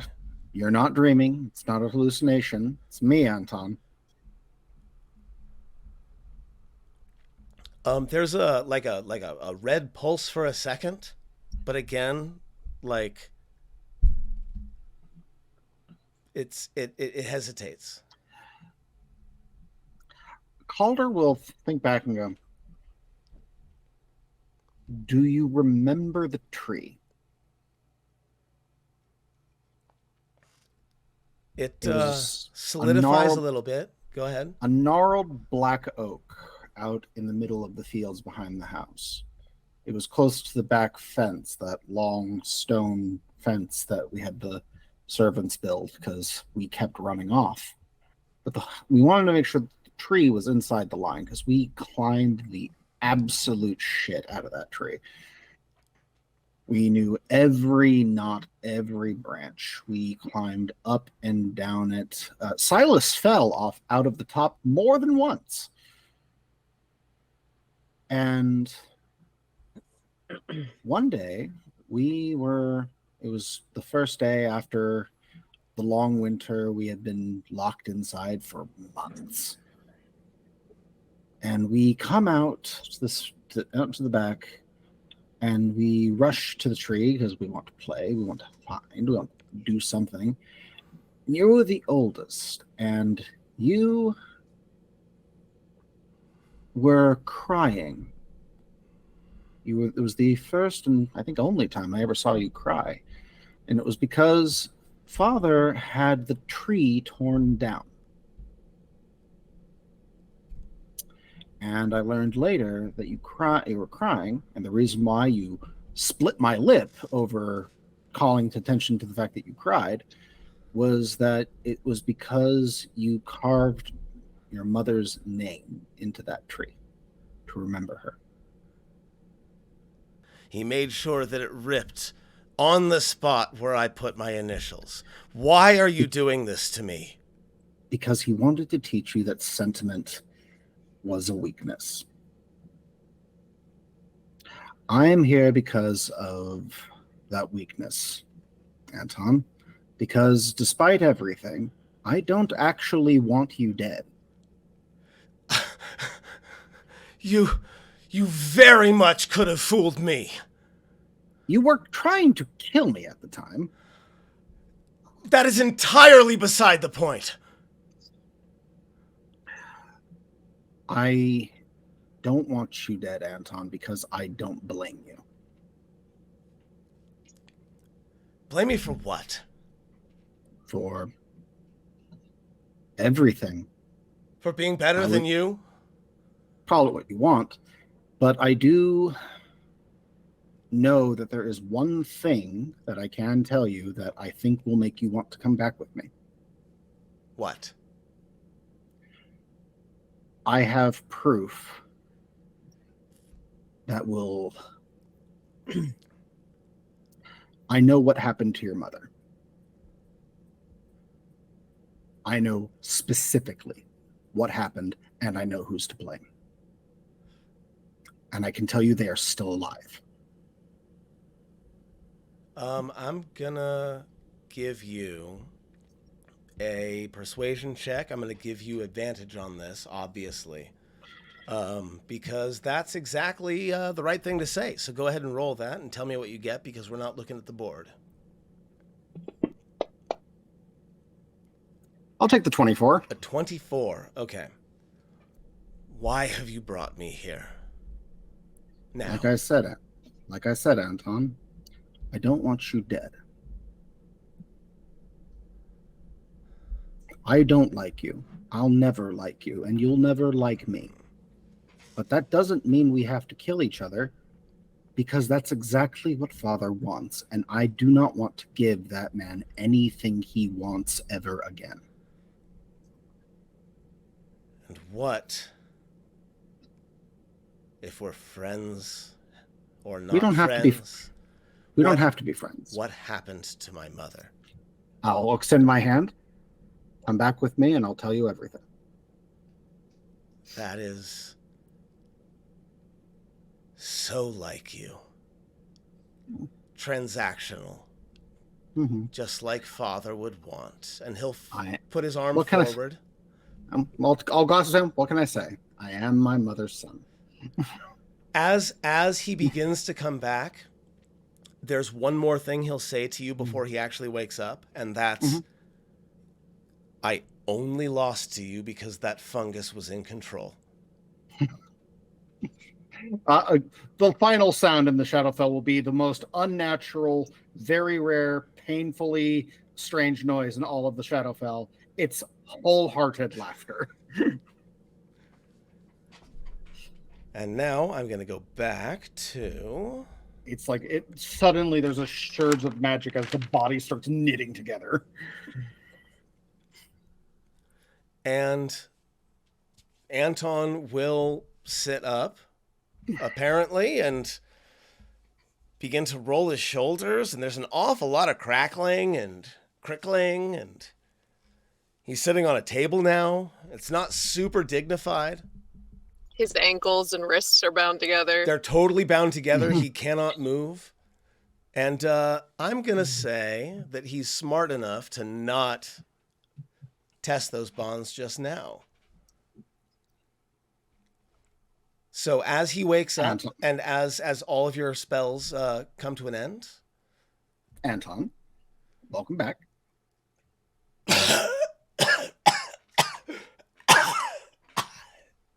Fuck you. At least we know it's you.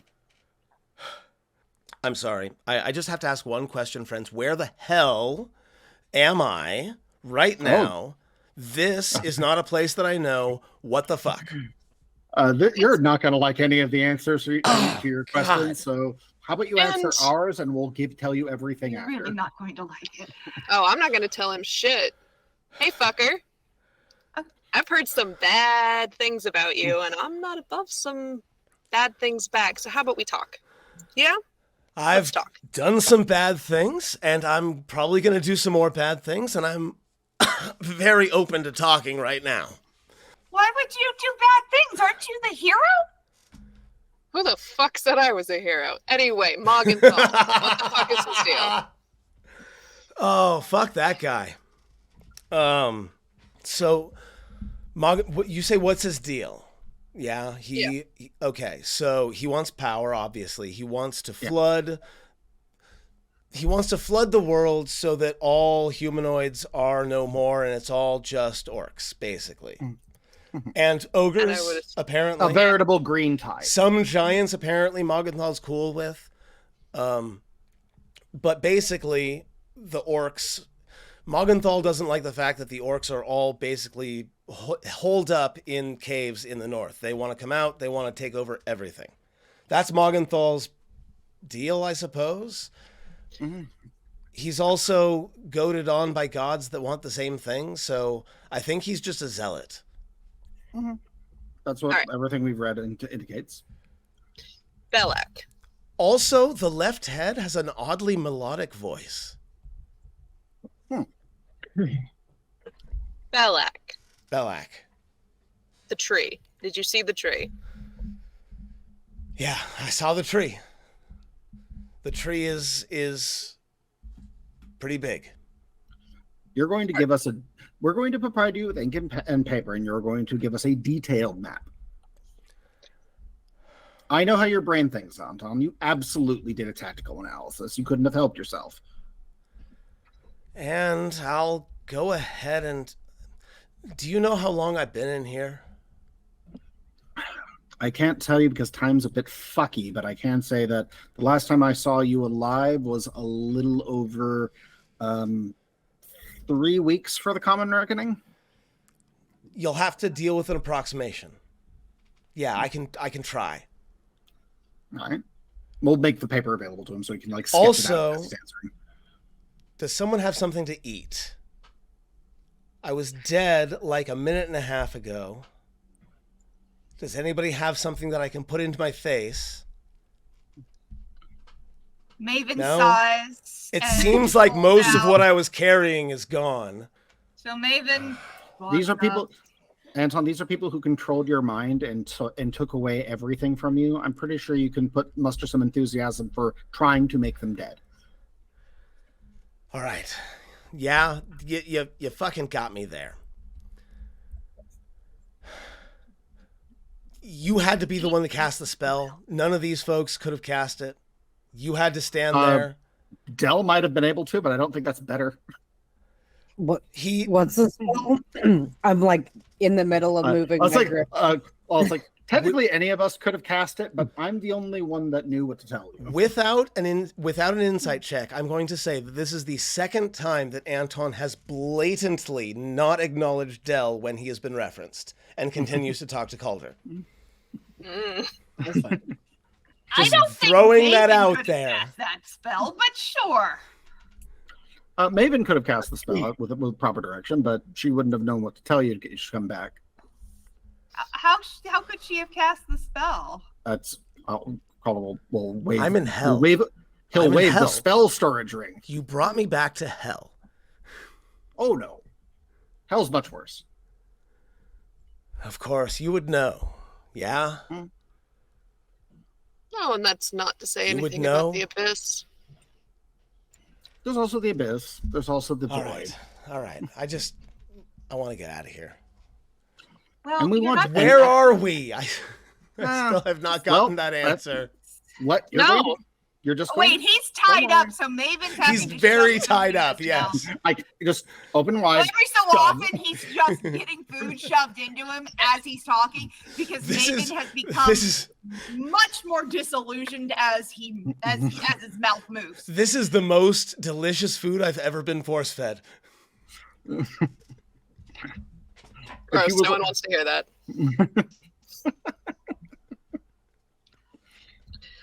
Anyway, back to the tree and the rituals.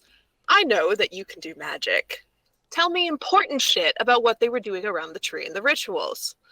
And like she's aiming for like any sort of details or any sort of like nebulous thing he can say. Charlotte and the rest of us can make Arcana checks to Yeah. get some more insight on what Yeah, they're yeah. doing.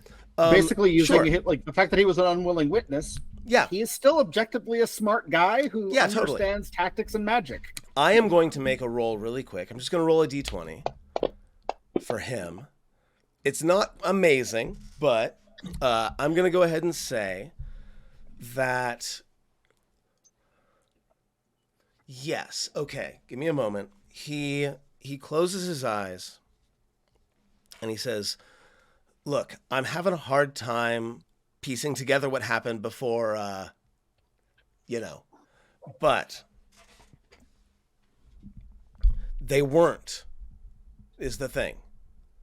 There weren't rituals. There weren't any sort of anything. There's no maintenance any longer. The pipe work has been set. All that's happening is there is energy flowing into the Gulthias tree from all over Faerun. Okay. They so don't the have to ritual do is anything done. at this time. It is done. And when the next full moon happens, it will explode. We it would will rather come that out. not happen. And be directed or not directed. We know that they only barely have control over the magic in question. Morgenthau is absolutely certain that between the two of them, they can do whatever they want with it. The two of them being Morgenthau and Morgenthau. Right, the two of them, yes. And they believe that they are smart enough that they are currently outsmarting Baba Yaga and Belak. So They you do know think- she's there. They think that they are going to turncoat on them at the last minute, take control of the power, and use it to... They haven't said anything to me past that at this time, but they're really interested in this idea. It could be just as simple as enchanting the great army and opening the gates for more of their kind, and swaying all orcs to their banner, whatever have you. How many, I guess maybe you would know or not know this. We were under the impression that Belak is, for now, serving Morgenthau. Does Belak have any people who are serving him only, or is it just surrounded by Morgenthau's people? Yeah. No, there are definitely those that answer to Belak. How many? I'm gonna say, because I didn't take numbers. They didn't let me look in certain places at certain times, but I'm gonna say a not insignificant percentage of at least the higher brass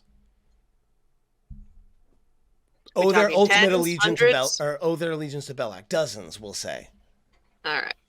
Bunches of druids, like probably it's probably just the Eyes of Grumsh But that fall. dozens that are close to the center.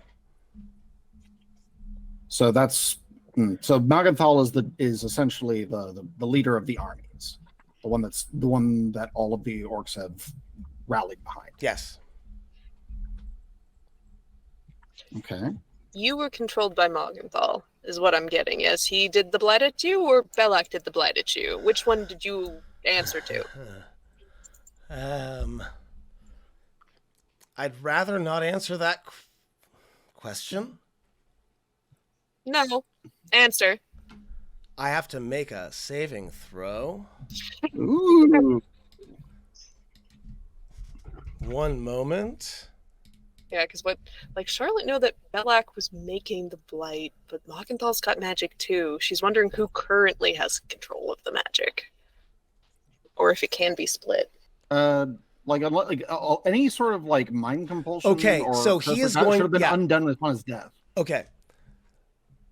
Yes. So 1 second. Aegeus can stay in place past death. Yes. Yes, it can. That's about the only one. And that is exactly what we're talking about, which is why he is about to take 5d10 psychic damage. It's okay. Well, we have magic potions and we'll pour it down his throat. I knew I should have fucking identified his body. God damn it. So raise dead. That's not enough to me. kill him outright. It brings him to 1 HP. So it'll bring him to 0. He'll be dying, and we'll pour him a healing potion down his throat. So okay, let's back up and actually describe this thing, right? So you ask him, you say no, that's not good enough, or his nose just bursts with blood.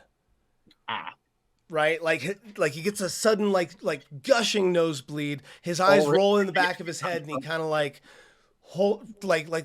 semi loses consciousness for a second.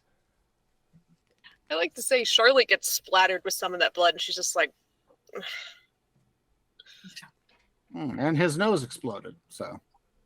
And then she'll grab him, probably, as someone is grabbing to put a potion in his throat, she's grabbing and casting Dispel on him. This is a level 5 spell, so... Let me look up. Dispel. Dispel magic. Alright. Any spell of 3rd level or lower ends. For each spell of 4th level or higher on the target, make an ability check using your spellcasting ability. It's 10 plus the spell's level. So you're looking for a 15. Yep. Unless you upcast the Dispel magic. Yeah. So it's an intelligence check, and I'm trying to beat a 15. Yeah. Mm-hmm. Cool. That I'm does gonna use my not. inspiration. Okay.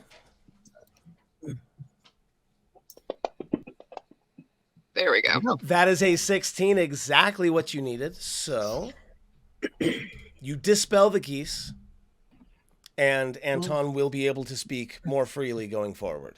All right. So and his face explodes back.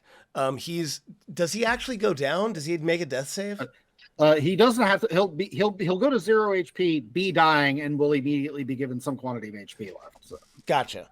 So he'll wake up again for the second time in like 20 minutes. Hey, cool. He he healed more than I did when I drank the greater healing potion.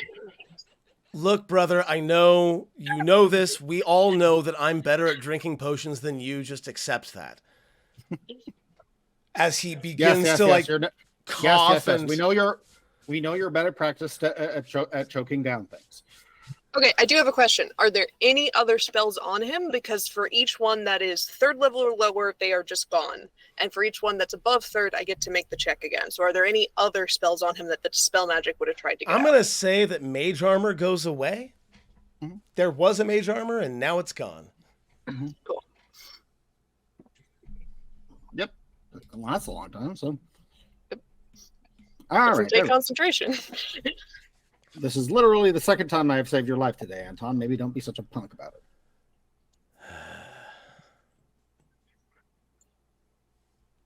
Fine. All right, now that you can answer, which one of them was controlling the blight in your body? Oh. You're not going to hurt me if I don't give you a good answer, are you? He'll look over at Calder for a second, like, what kind of she crowd won't. have you found yourself with right now? All of us go, oh, she absolutely will. Just tell her. All right. I never got any commands. Nobody told me shit. When the last when I went to attack that fucking two-headed bastard, I got stopped in place. And from there forward, I was moving not of my own will. Nobody told me to do anything. I just did things. Now, how did you free me? Well, the base mechanics of that is you tried to kill me. It didn't go well for you, and then I brought you back from the dead. After We set the weeds on fire. Yeah, we did set the weeds on fire. Weeds. You might have felt a lot What of pain weeds? as you might have felt a lot of pain as a bunch of thorny You were vines dead were and didn't have a forced head through when we you. did it. Look, From what understand, I it's a know I'm painful not process. I know I'm not the most popular guy. But like I would love to know what the hell happened to me. Why did I try to kill you? I know I want to kill you, but I did not actually try to kill you. What happened to me? Self to look like Anton did when he attacked us. Oh God, that's awful. Why would you do that? Okay, so you disguise self. I love it. I want to go immediately to Maven. Maven, Calder changes himself to look like Anton when he's covered in roots. You looked like this. You're being puppeted like a marionette. It was everything Father would have wanted. I look awful. I know. Fuck. I wouldn't have wished this on you, Anton, and I hate you.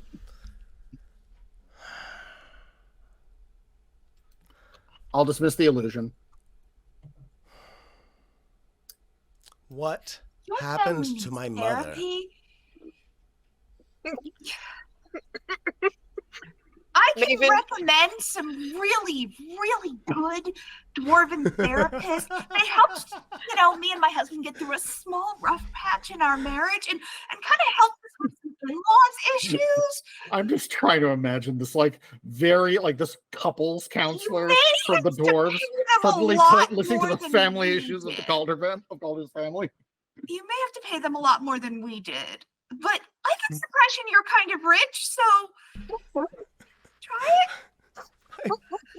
That might I be have worth nothing. It just to see, that might be worth it just to see the face on the therapist alone. Are you Oh including my Dell God. in this? Does she actually know that Dell is related to You're aware that you have been told that Dell is my brother as well. Okay. So yeah, by she's transfer of looking property, at all three of you. Yes, definitely.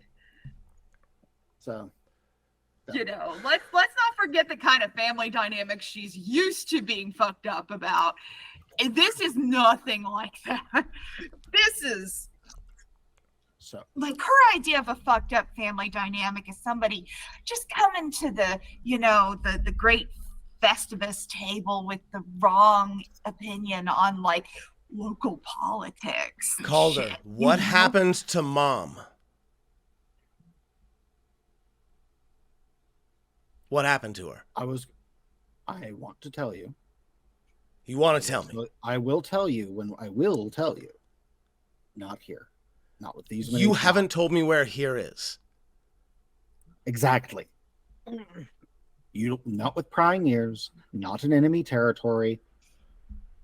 I will tell you when we're heading back so that you can know with all due certainty that you will actually want to work with me. How do I know you're not fucking with me? Calder will just look him dead in the eye.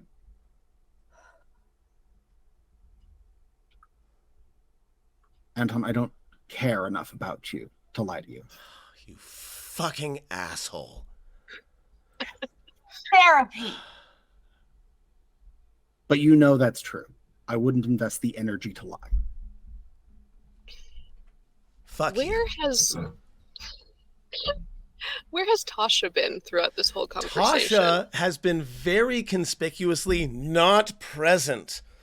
Tasha, over here I noticed that. Tasha has moved off to the side and is admiring some furniture that she hasn't seen in a long time. She is not paying attention to any y'all circus or any y'all monkeys. Except she is, and she's going through face journeys the entire time, like, oh. Also probably true, All yes. of the Tasha expressions- lives off of drama. She dates a devil. all of the expressions that I've been like having, Tasha and I have been sharing those the whole time. Like he's like, I'm fine, and I'm like, So, all right. So, At this time, in fact, I believe Tasha will very discreetly clear her throat. yes, Tasha. What's the plan? Well, And we Seems all like- look at Charlotte. seems like there's nothing left to disrupt until the full moon, so I think What was your plan? I am curious.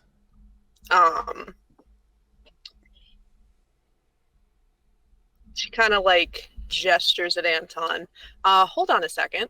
And she gets up and she like he's on the table. She gets up and she like ushers other people like away from that corner. And then she will cast sleep on him. What are you thinking? Roll. You have to roll because he has some HP. Hold on. He has Some exactly 10. He has exactly 10. He has 10 HP. Roll your dice. It's technically possible that it won't work. Yes, if you roll the absolute minimum or 1 plus the absolute minimum. Well, I have to cast it at second level because it's a warlock spell. Oh, So so you can't possibly fail. So that's how many D8? It 10 would be 78. Okay, 78. So yes, sorry. I Technically apologize. possible. Roll those Technically possible. dice. Look at all those ones. It could have happened. It could have happened. Anyway, it doesn't You would happen. she would have still needed 7 ones. Anton absolutely passes out for the next 1 minute. All right, so I plan to find the Nexus of the Hut, get into the Nexus of the Hut, take the hut to a place in the Shadowfell that I have a connection to, and also know it's a great place that captures Archfey and keeps them trapped for millennia. So I think it might be the best place to bring the hut to keep it out of Baba's hands or to give her the most trouble with trying to get it back. And when she says it like that, it actually doesn't sound like a terrible plan. It does not, except that I know of no other way to focus the energy that is gathering under the ground other than the nexus of this hut. The hut must be present to prevent destruction. But so your plan also uses the hut? Yes, I would very much enjoy for you to steal the hut. When the time is right, I can stop my mother in time for a short time. Remove her. and this would allow a window of time. The hut cannot be controlled by someone, not my mother, unless she releases it or dies. I can remove my mother from time for a short time. Then why was she worried about the green dragon reaching the Nexus? What are you talking about? The green dragon, whose head is in the trophy room. Baba Yaga fought it herself because it almost reached the Nexus. Why was she worried? If she has to pass on or give up control herself, why was she worried about another being reaching it? She's gonna take a second and clearly think hard, like her eyes go back and forth for a moment. And she says, I do not know of the events you speak, but if I was a green dragon, I would seek to destroy the Nexus.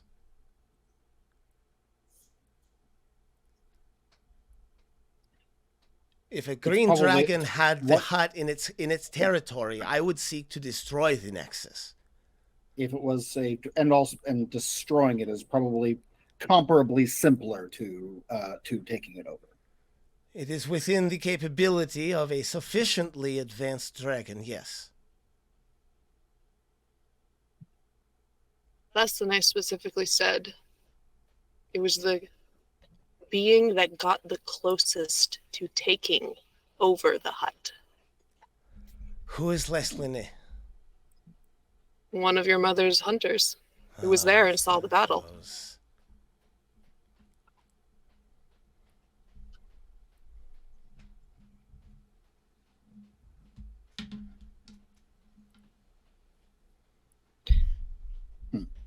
Well, how are you going to use the Nexus then for your spell if Baba will still be alive when you need to kill her? I was hoping you would do this thing. You freeze time while we pile on and hopefully kill her. No, you will not be able to affect her. I can bring myself and my mother out of time for a time. So the hut The won't Nexus see her will existing. be unguarded. The hut will be unowned. For that moment, it will have no owner. A very short window, but yes. That is my plan. Get the hut, yes, at the So right it sounds time. like your plans are compatible and in fact might complete the other. It's a very short moment, though. And if you're busy holding Baba, how on earth is someone supposed to get to the Nexus in that time? Unless they're already there. I can give you passcodes. Your mother is capable of observing and knowing the broad happenings of the hut, but she's not omniscient. She's not omnipresent. No. So she can and has been fooled, obviously. She can, and she has. Then it would be possible for Charlotte to remain behind and to somehow arrange a mystical signal, probably something as simple as message, because message is a spell that very easily travels even to a place like this. No. But there is a specific spell for getting through even the most warded areas, and I do know it. Contact other plane. That would do it. But trying to contact a specific thing? Possible? Either way, we should... No, I'd need to be in the Nexus. Yes, and Lady Tasha, do that. if you could deliver a signal, and Well, I know when the full moon is going to be. Yeah, and if you can prearrange a signal to the exact moment where you seal your mother away out of time, so something occurs that at that same moment in time and space, Charlotte is able to see the signal and act upon it. I will ensure that you know, yes. I think this can work. I am not bound to the hut, and I have a lot of ways of not being found by magic. If anyone's going to wait here and jump at the right moment, I'm kind of uniquely qualified for it. And what if my mother finds you? What then? Why would she have reason to look for her if she thought that she left? No, it's fair. No. Like I'm asking that as a hypothetical. Like if Oh, I you can, mean- well, I will look over at Anton. We have a body that needs to be that she doesn't know about necessarily. We can make Anton look like you. I'm sorry. You want to what? Oh, God damn it, he woke up. And then he get right back out. No, it's been a minute. No, he wakes back up. He says, "What? Yeah. You wait. Hold on. You want to what?" Begins You to can try to sit up. You can stop talking if you want to keep a tongue. Real quick, I'm gonna just cut in here. This is all going on. Our chess game is done. I'm gonna go do my side quest. Like, Dell is fully just left. Dell just leaves. So it's a case of like, what do you think, Del? Dell? Dell made his snide comments about the weeds, was acknowledged by Anton, and immediately exited stage right. Love it. Well done. We might record a thing later, you and I. Perfect. Or maybe we just leave it as Like we should an just leave it imagination. because honestly, Dell Leave is it- a mysterious person. Leave it for the fanfic. So he wakes back up. You're still talking. Where are we at? I was threatening to cut You out were his tongue. threatening to cut out his tongue, and he stops talking So because he knows you mean it. we can arrange it so that your mother doesn't believe that you're gone, that she believes that she's gone and won't have a reason to look for her. And all right, if I'm caught, I mean, I do have a way of my mind not being where she can target it. Yes. And your body? Well, shit happens. You saw the simulacrum. Mm-hmm. If that had grabbed hold of you, what do you think your response would have been? I mean, she tried to grab me a lot, and I Well, there's hurt one, her. and there is another complication for the full moon. You are cursed, Charlotte. Oh, of course. Yes. Right. Tasha's gonna roll her eyes. She's gonna pull a ring out of a back pocket. She's gonna put the ring on her pinky finger. No, I don't care. She's Tasha. She will attune to it. And she's gonna cast Remove Curse. Boom.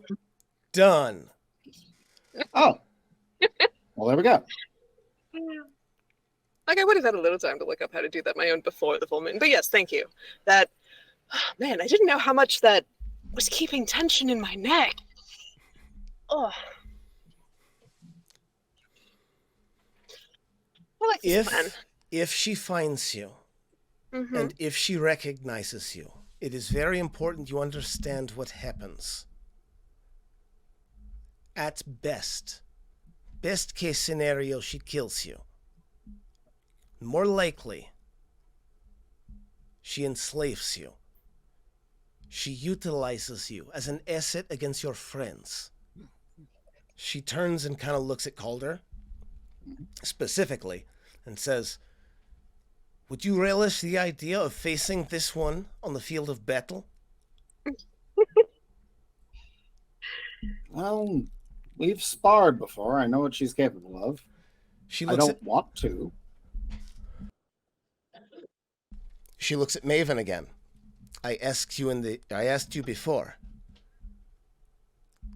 If Baba Yaga gets her claws into your friend, will you be able to end her?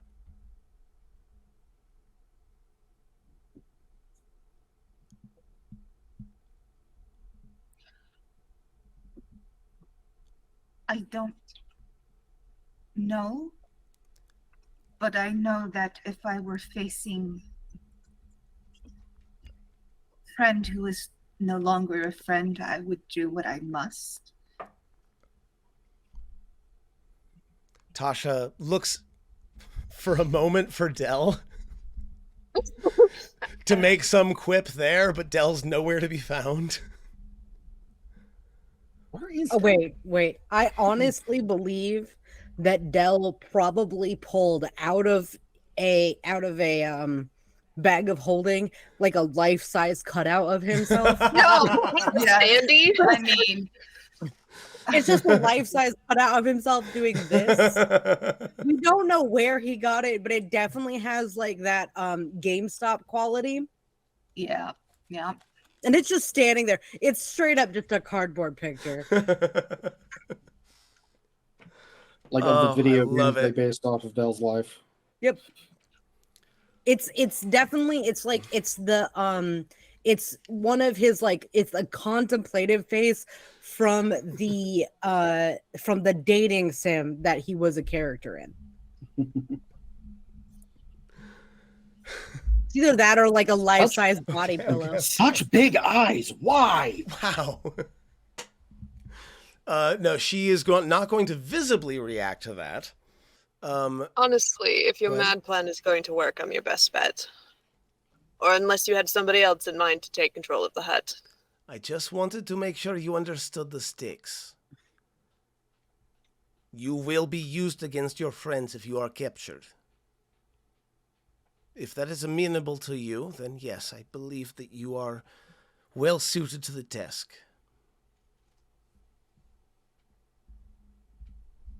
All right. She will hand you a stone, or she'll float it over to you with Mage Hand. And she will say, this stone has memory of my plan. Do not attune to it, but do not attune to it. Take the memory. You're not Right quite. now? You're not quite sure what she's telling you to do, but like you can feel the memories pulsing in this rock. Cool. Before Charlotte starts trying to do whatever it is, she telepathically tells Swoops, hey, if I don't remember what this plan is, tell me it. And then she starts attuning to the rock. So this is not like a full-on attuning process. It's just Yeah. it's a memory Focusing dump. on it. Yeah. The idea that Tasha has, and I'm going to give it to you in the short version, is that when the full moon happens, they're all going to be there for whatever ritual they're going to be doing. Tasha has created a modified version of a time stop spell that should be able to completely remove her from time, allowing you to take the nexus and potentially utilize the nexus to focus all of that magical energy into destroying Baba Yaga while she is removed, so that when she pops back into time, she immediately gets obliterated by all that magic. That's kind of the idea that Tasha has. Literally turning the immortality spell into a one-shot kill spell. Exactly, like completely erasing her from existence, essentially. Oh, well, that's easy enough. I can And- just set a glyph to let me know when that's happened. And someone being in the control center who might be able to actually like take control of the hut and redirect the energies would be super useful. All right. Yes. I think we can make this happen. And I believe you and I have a conversation to have as well, yes? She looks at Calder. Yes. Outside the hut, please? I'm going to incant a spell, cast Seeming, Okay. and I will make Anton look like Charlotte whether he wants it or not. God.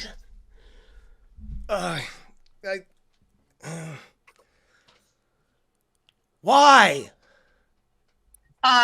Maven smacks him across the back of the head with her ladle. Ow. Charlotte starts pulling out a knife. All right. Charlotte, so shut up unless you're using a falsetto. All right. I'm very arrogant, and I treat everybody else like they're very much less intelligent than me. How am I We doing? said we I want said it, Anton. We want be you to take that Charlotte. differently than yourself. Charlotte goes over and gives Calder a hug and Maven a hug. Big hug. Tell Meepo I'm very sorry about missing his wedding. Am I going to see you again? Yes. Maybe. Who knows? We hope. I feel like that's a lie. But, all right. Maven, you've gone all these years without seeing me. It won't be that different. Doesn't mean that you don't become family. You've sat at my table. You've eaten my food. Calder What leans do you over. think that This means? Calder will lean over and whisper to Maven, "This is the good part of what being an adventurer is like, is actually giving a shit about people." Well, if you say, and she's talking in Dwarven now, if you say we are family, then I leave it to you, after the full moon, whatever becomes of me, to tell my family. The Corbells. They're just a little to the south and west of Adbar. I'll provide her with all of the information she needs for that. She knows. They were providing wine to Adbar for That's right, 3 she does. generations. Yeah. I remember that thing, yeah.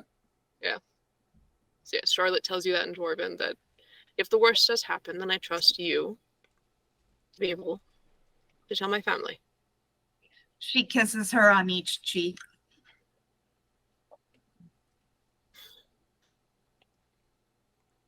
I can see why the hut liked you. I like you a lot. Stands up, punches Calder in the shoulder. Mm-hmm. Before you go, she's going to give you some of the blood puddings. I will. Not the squiggly things. Well, Calder will snap his fingers, and Charlotte will look like Anton for a half second, but she doesn't see it, so he'll make it go away. It's like making that much room takes all the fun out of it. Okay. You should get going. Yes, we should. Lady Tasha, I think you know a way to an exit quite quickly. Tasha's gone, Of course. but the door is open, and Okay. the gray vortex is beckoning. Let's go. And that, my friends, is where we're going to end the session, I think.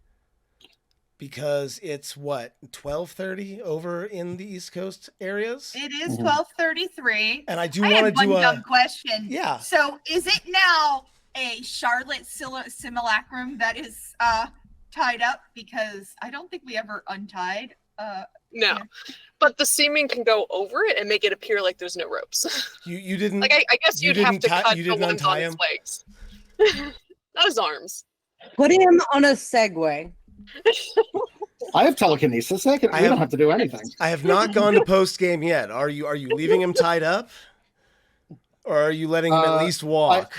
We have tormented him enough. I'll untie his legs. Okay, so he's going to Like get up. frog. He'll follow, but as the incredible Bob Belcher once said, he's going to complain the whole time. Let's go ahead and jump over to the post game.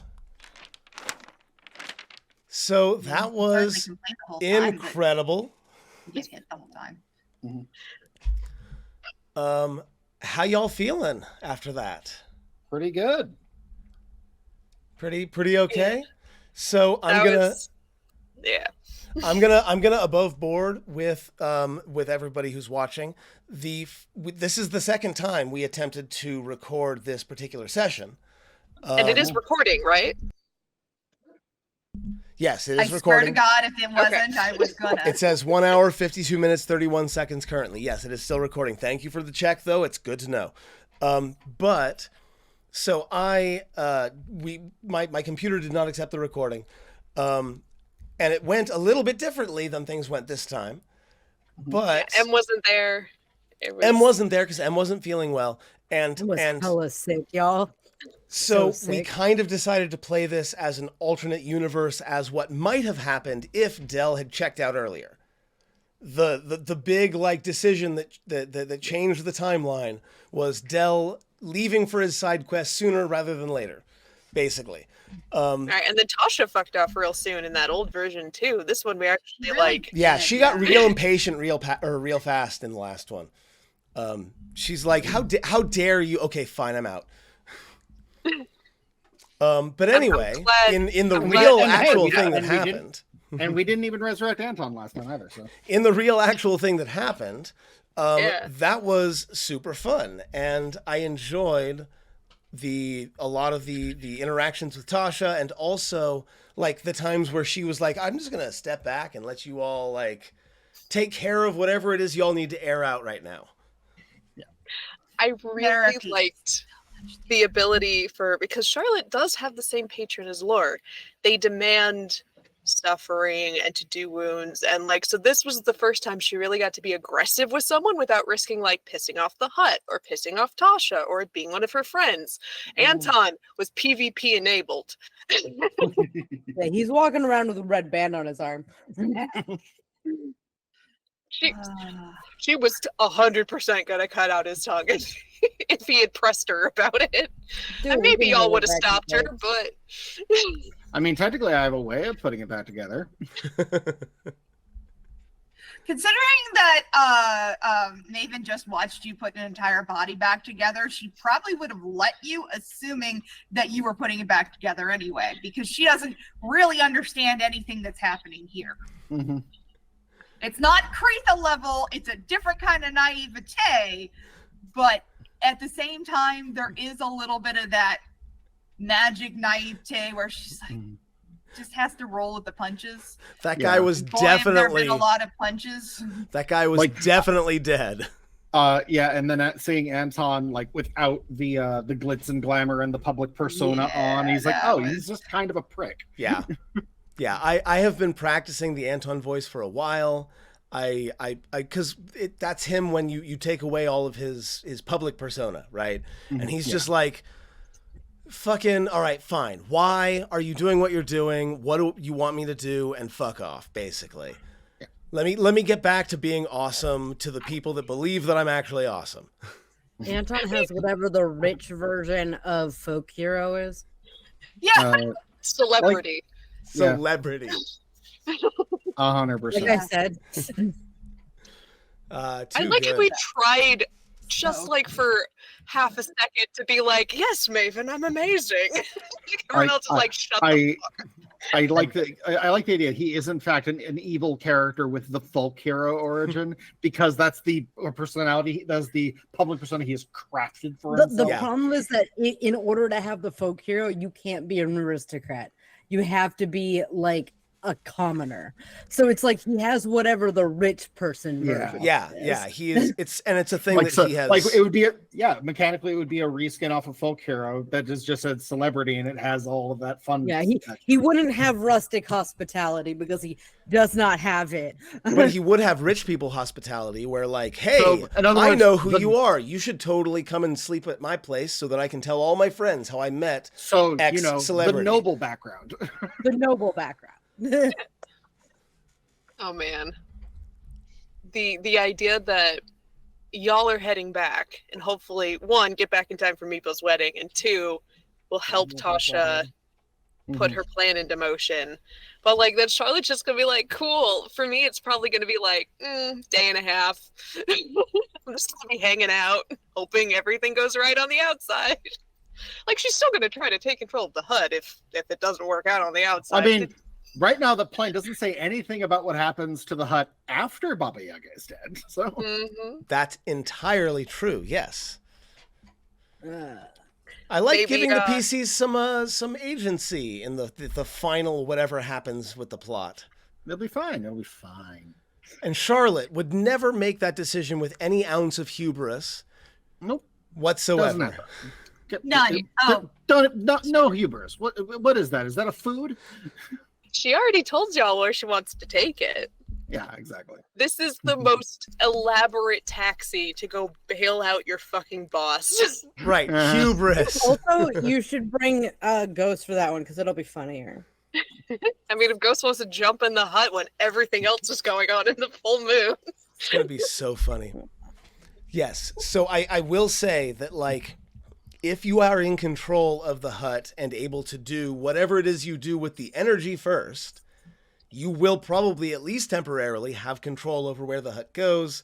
And we can definitely do that thing. I'm really looking forward to where the fuck this goes.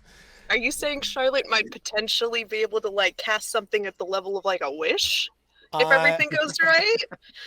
I mean, at the end of a campaign, which, let's be fair, friends, we are very coming up on the end of a campaign. And things like unlimited magical items that give frankly absurd stacking bonuses, Maven, giving the opportunity to have one of the premier legendary items in the game, again, Maven. Like, I'm down. And then there's whatever color. So. This is the time. This is the time to crank it up to 12, right? This is the end of the campaign. We've got some X number of sessions left. I'm cranking things up. So yeah, absolutely, you're gonna probably get access to wish level magic at some point before the end of this campaign. Yes. Like, I'm not ruling out version. I'm not ruling out that there's a fight waiting for us upon leaving the hut either. So you definitely should not rule that out. Watch that happen. Yeah, but you got Tasha on your side. So, I'm just saying, I know Anton enough to know that he never goes anywhere alone, let alone on a mission. Oh, man. Yeah, because last we saw in the hut outside, it's been about 2 weeks. So y'all are like days away from Meepo's wedding. Does this mean that at the start of the next session that Olivia will be playing Anton again?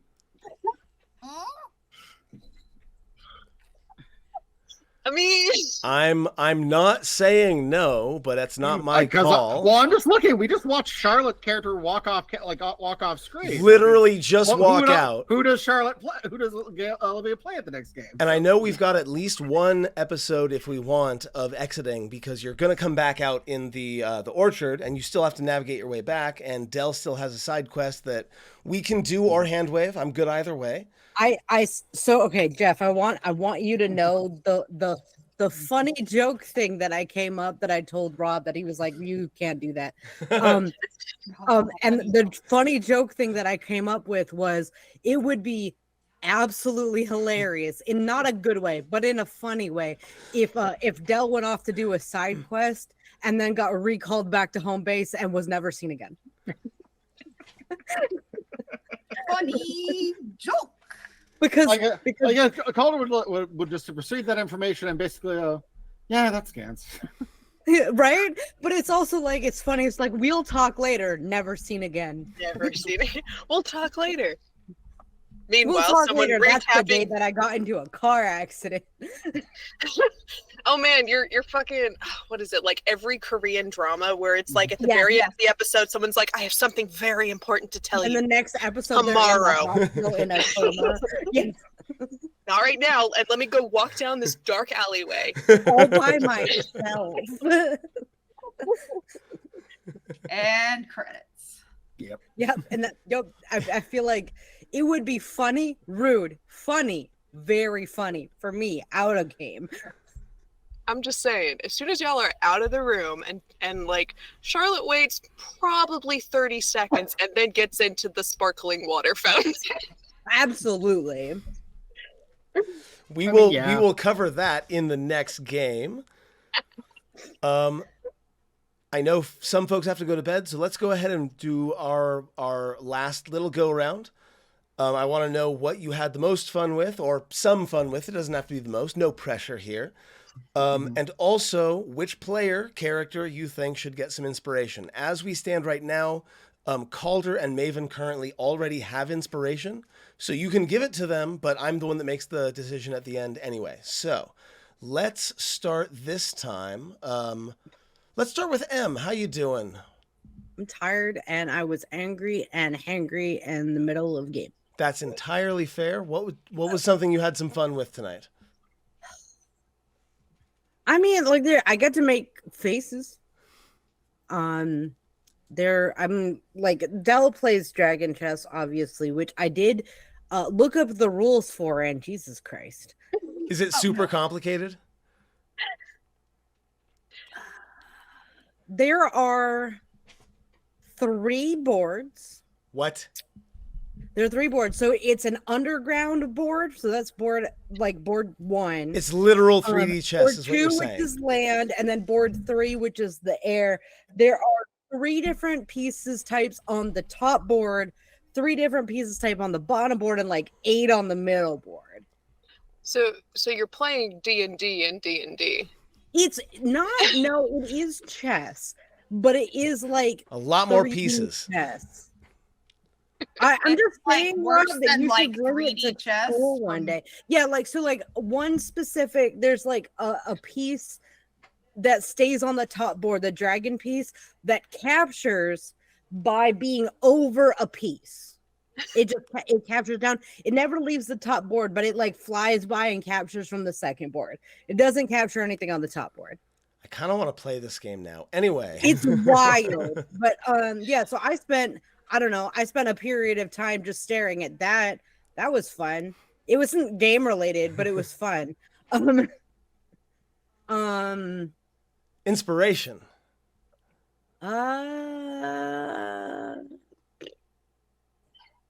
I'm gonna say probably Maven for just like the reactions of the fuck is happening on this side of the world over here. I love how Maven is standing right next to like incredible demi-deity level magic and is just like, to her, a wish spell is just as miraculous as a create food and water spell. No, I mean like from this perspective of like, we're like, oh yeah, we killed our brother, and she's just like, and you're fine with that? Therapy. And you're okay, and you're fine with that? I mean, no. And like obviously Calder's over here being like, well, not really, and Dell's like, Tuesday. Tuesday. Oh man. I got like 6 more of them. Whatever. Let's go with Jen next. I have my own kids now. I don't care about my siblings except for that one. God. Jen, what did you enjoy? Who do you want to give inspiration to? Oh God, I really did enjoy like the whole like Anton don't like having Anton get. I'm very happy that this particular go around we did get to bring Anton back. Yeah. We had a lot of fun in the one that won away from us. But I did laugh a lot more in that one. I mean, I was laughing a lot in that one. But this one, I feel like really had some. We got to explore some of his issues with Anton in a way that I feel like we didn't get to see in the other one. So I really enjoyed that actually. I still have to give it to Calder for having to deal, figuring out how to deal with, trying to be the better man against Anton. And this is somewhat for, if you think about it, like the fact that I've been watching this kind of growth happen from, Calder through several other characters and stuff like that. So, because if you think about it, I have watched this growth, I've watched like this relationship kind of go forward with Anton, and Calder. So yeah. That's kind of where I'm at. The relationship Whether he between winds up Anton getting and another Calder. inspiration, I think he deserves, some hype. He's got the shirt on, so. Yeah, I agree. The relationship between Anton and Calder, especially in this episode, was really good, and I want to talk about it, but I want to talk about it after Jeff tells me what he had fun with this evening. Well, funny thing you mentioned that, because I really enjoyed the talk with Anton. If I had to give it to anybody, I think I have to give it to Olivia for all of those interactions of the everything that occurred in that periphery, the color commentary on Anton and being like being an unabashed person that will not accept his shit was because he's so inured to anything Calder would say, and Dell like has to exist in the binary of doesn't exist or kill. So so to have someone that can actually like that is not impressed by Anton and is absolutely willing to cut him is great.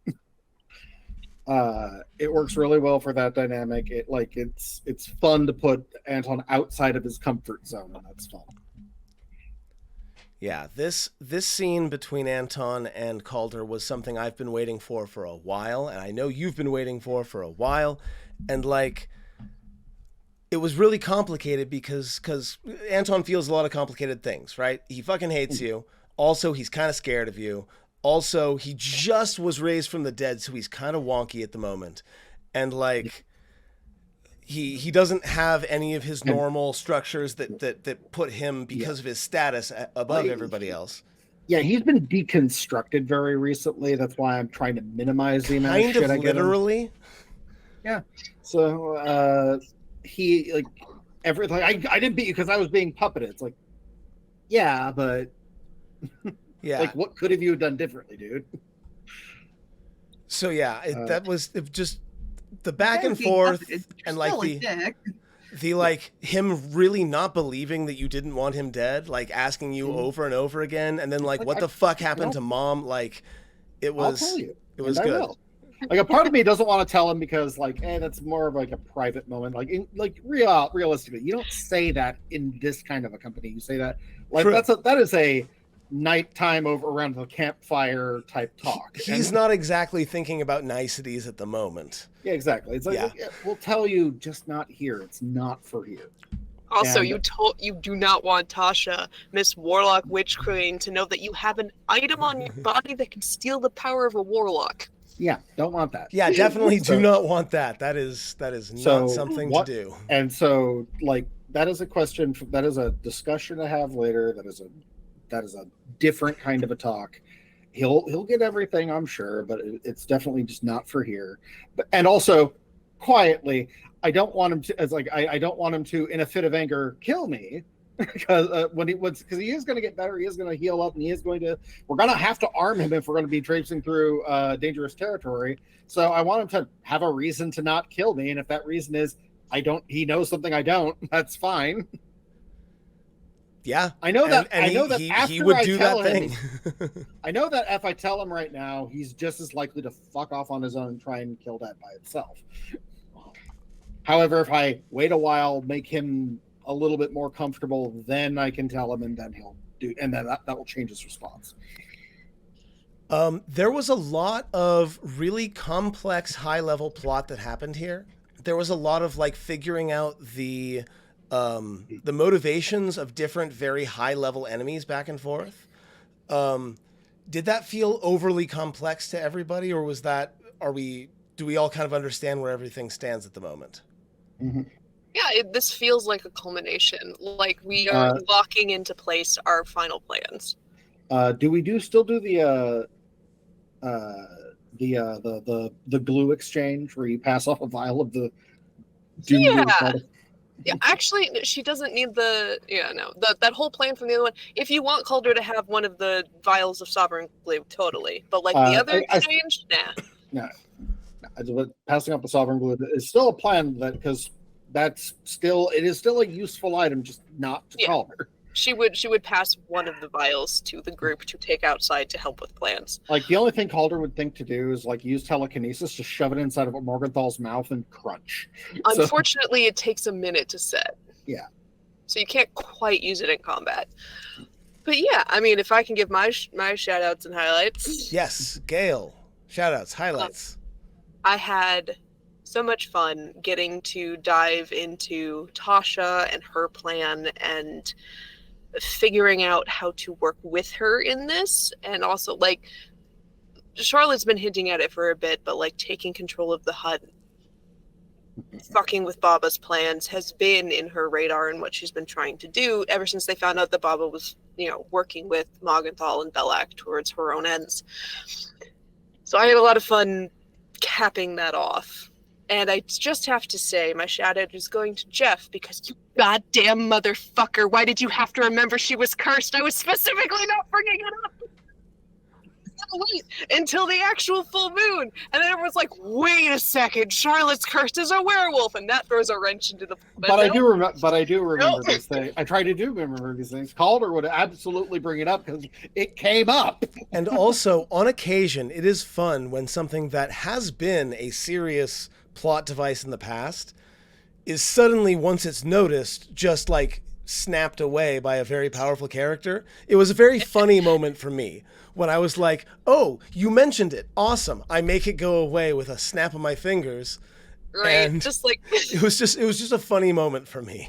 Especially after the simulacrum tried to use it against you in the fight. Yeah, that's another reason why I'm like, oh, right, that.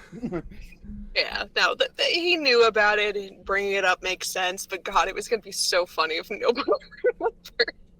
And that's why I give the shout out to you for ruining my machinations upon machinations. Plans within plans within plans. Well, I'm going to go ahead and give the inspiration to Charlotte because you don't have it currently. And I think my favorite part of this evening was watching you all sort of decide where this campaign is going to go next. Because I, for a long time, have been not sure what the end of this campaign was going to look like. And now that I kind of have an idea of where you all are moving, and now that I've given some vague ideas of what Tasha wants, I feel like I can start building towards that, and I feel less anxiety about having to write that ending.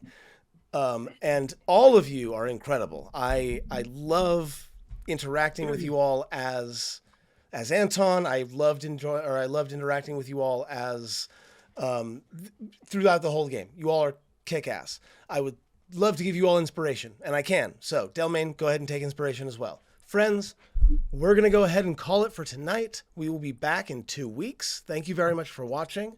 Players, say goodbye to the viewers. Viewers, Bye. say goodbye to the players. Thank you for watching. We'll see you next time. See ya.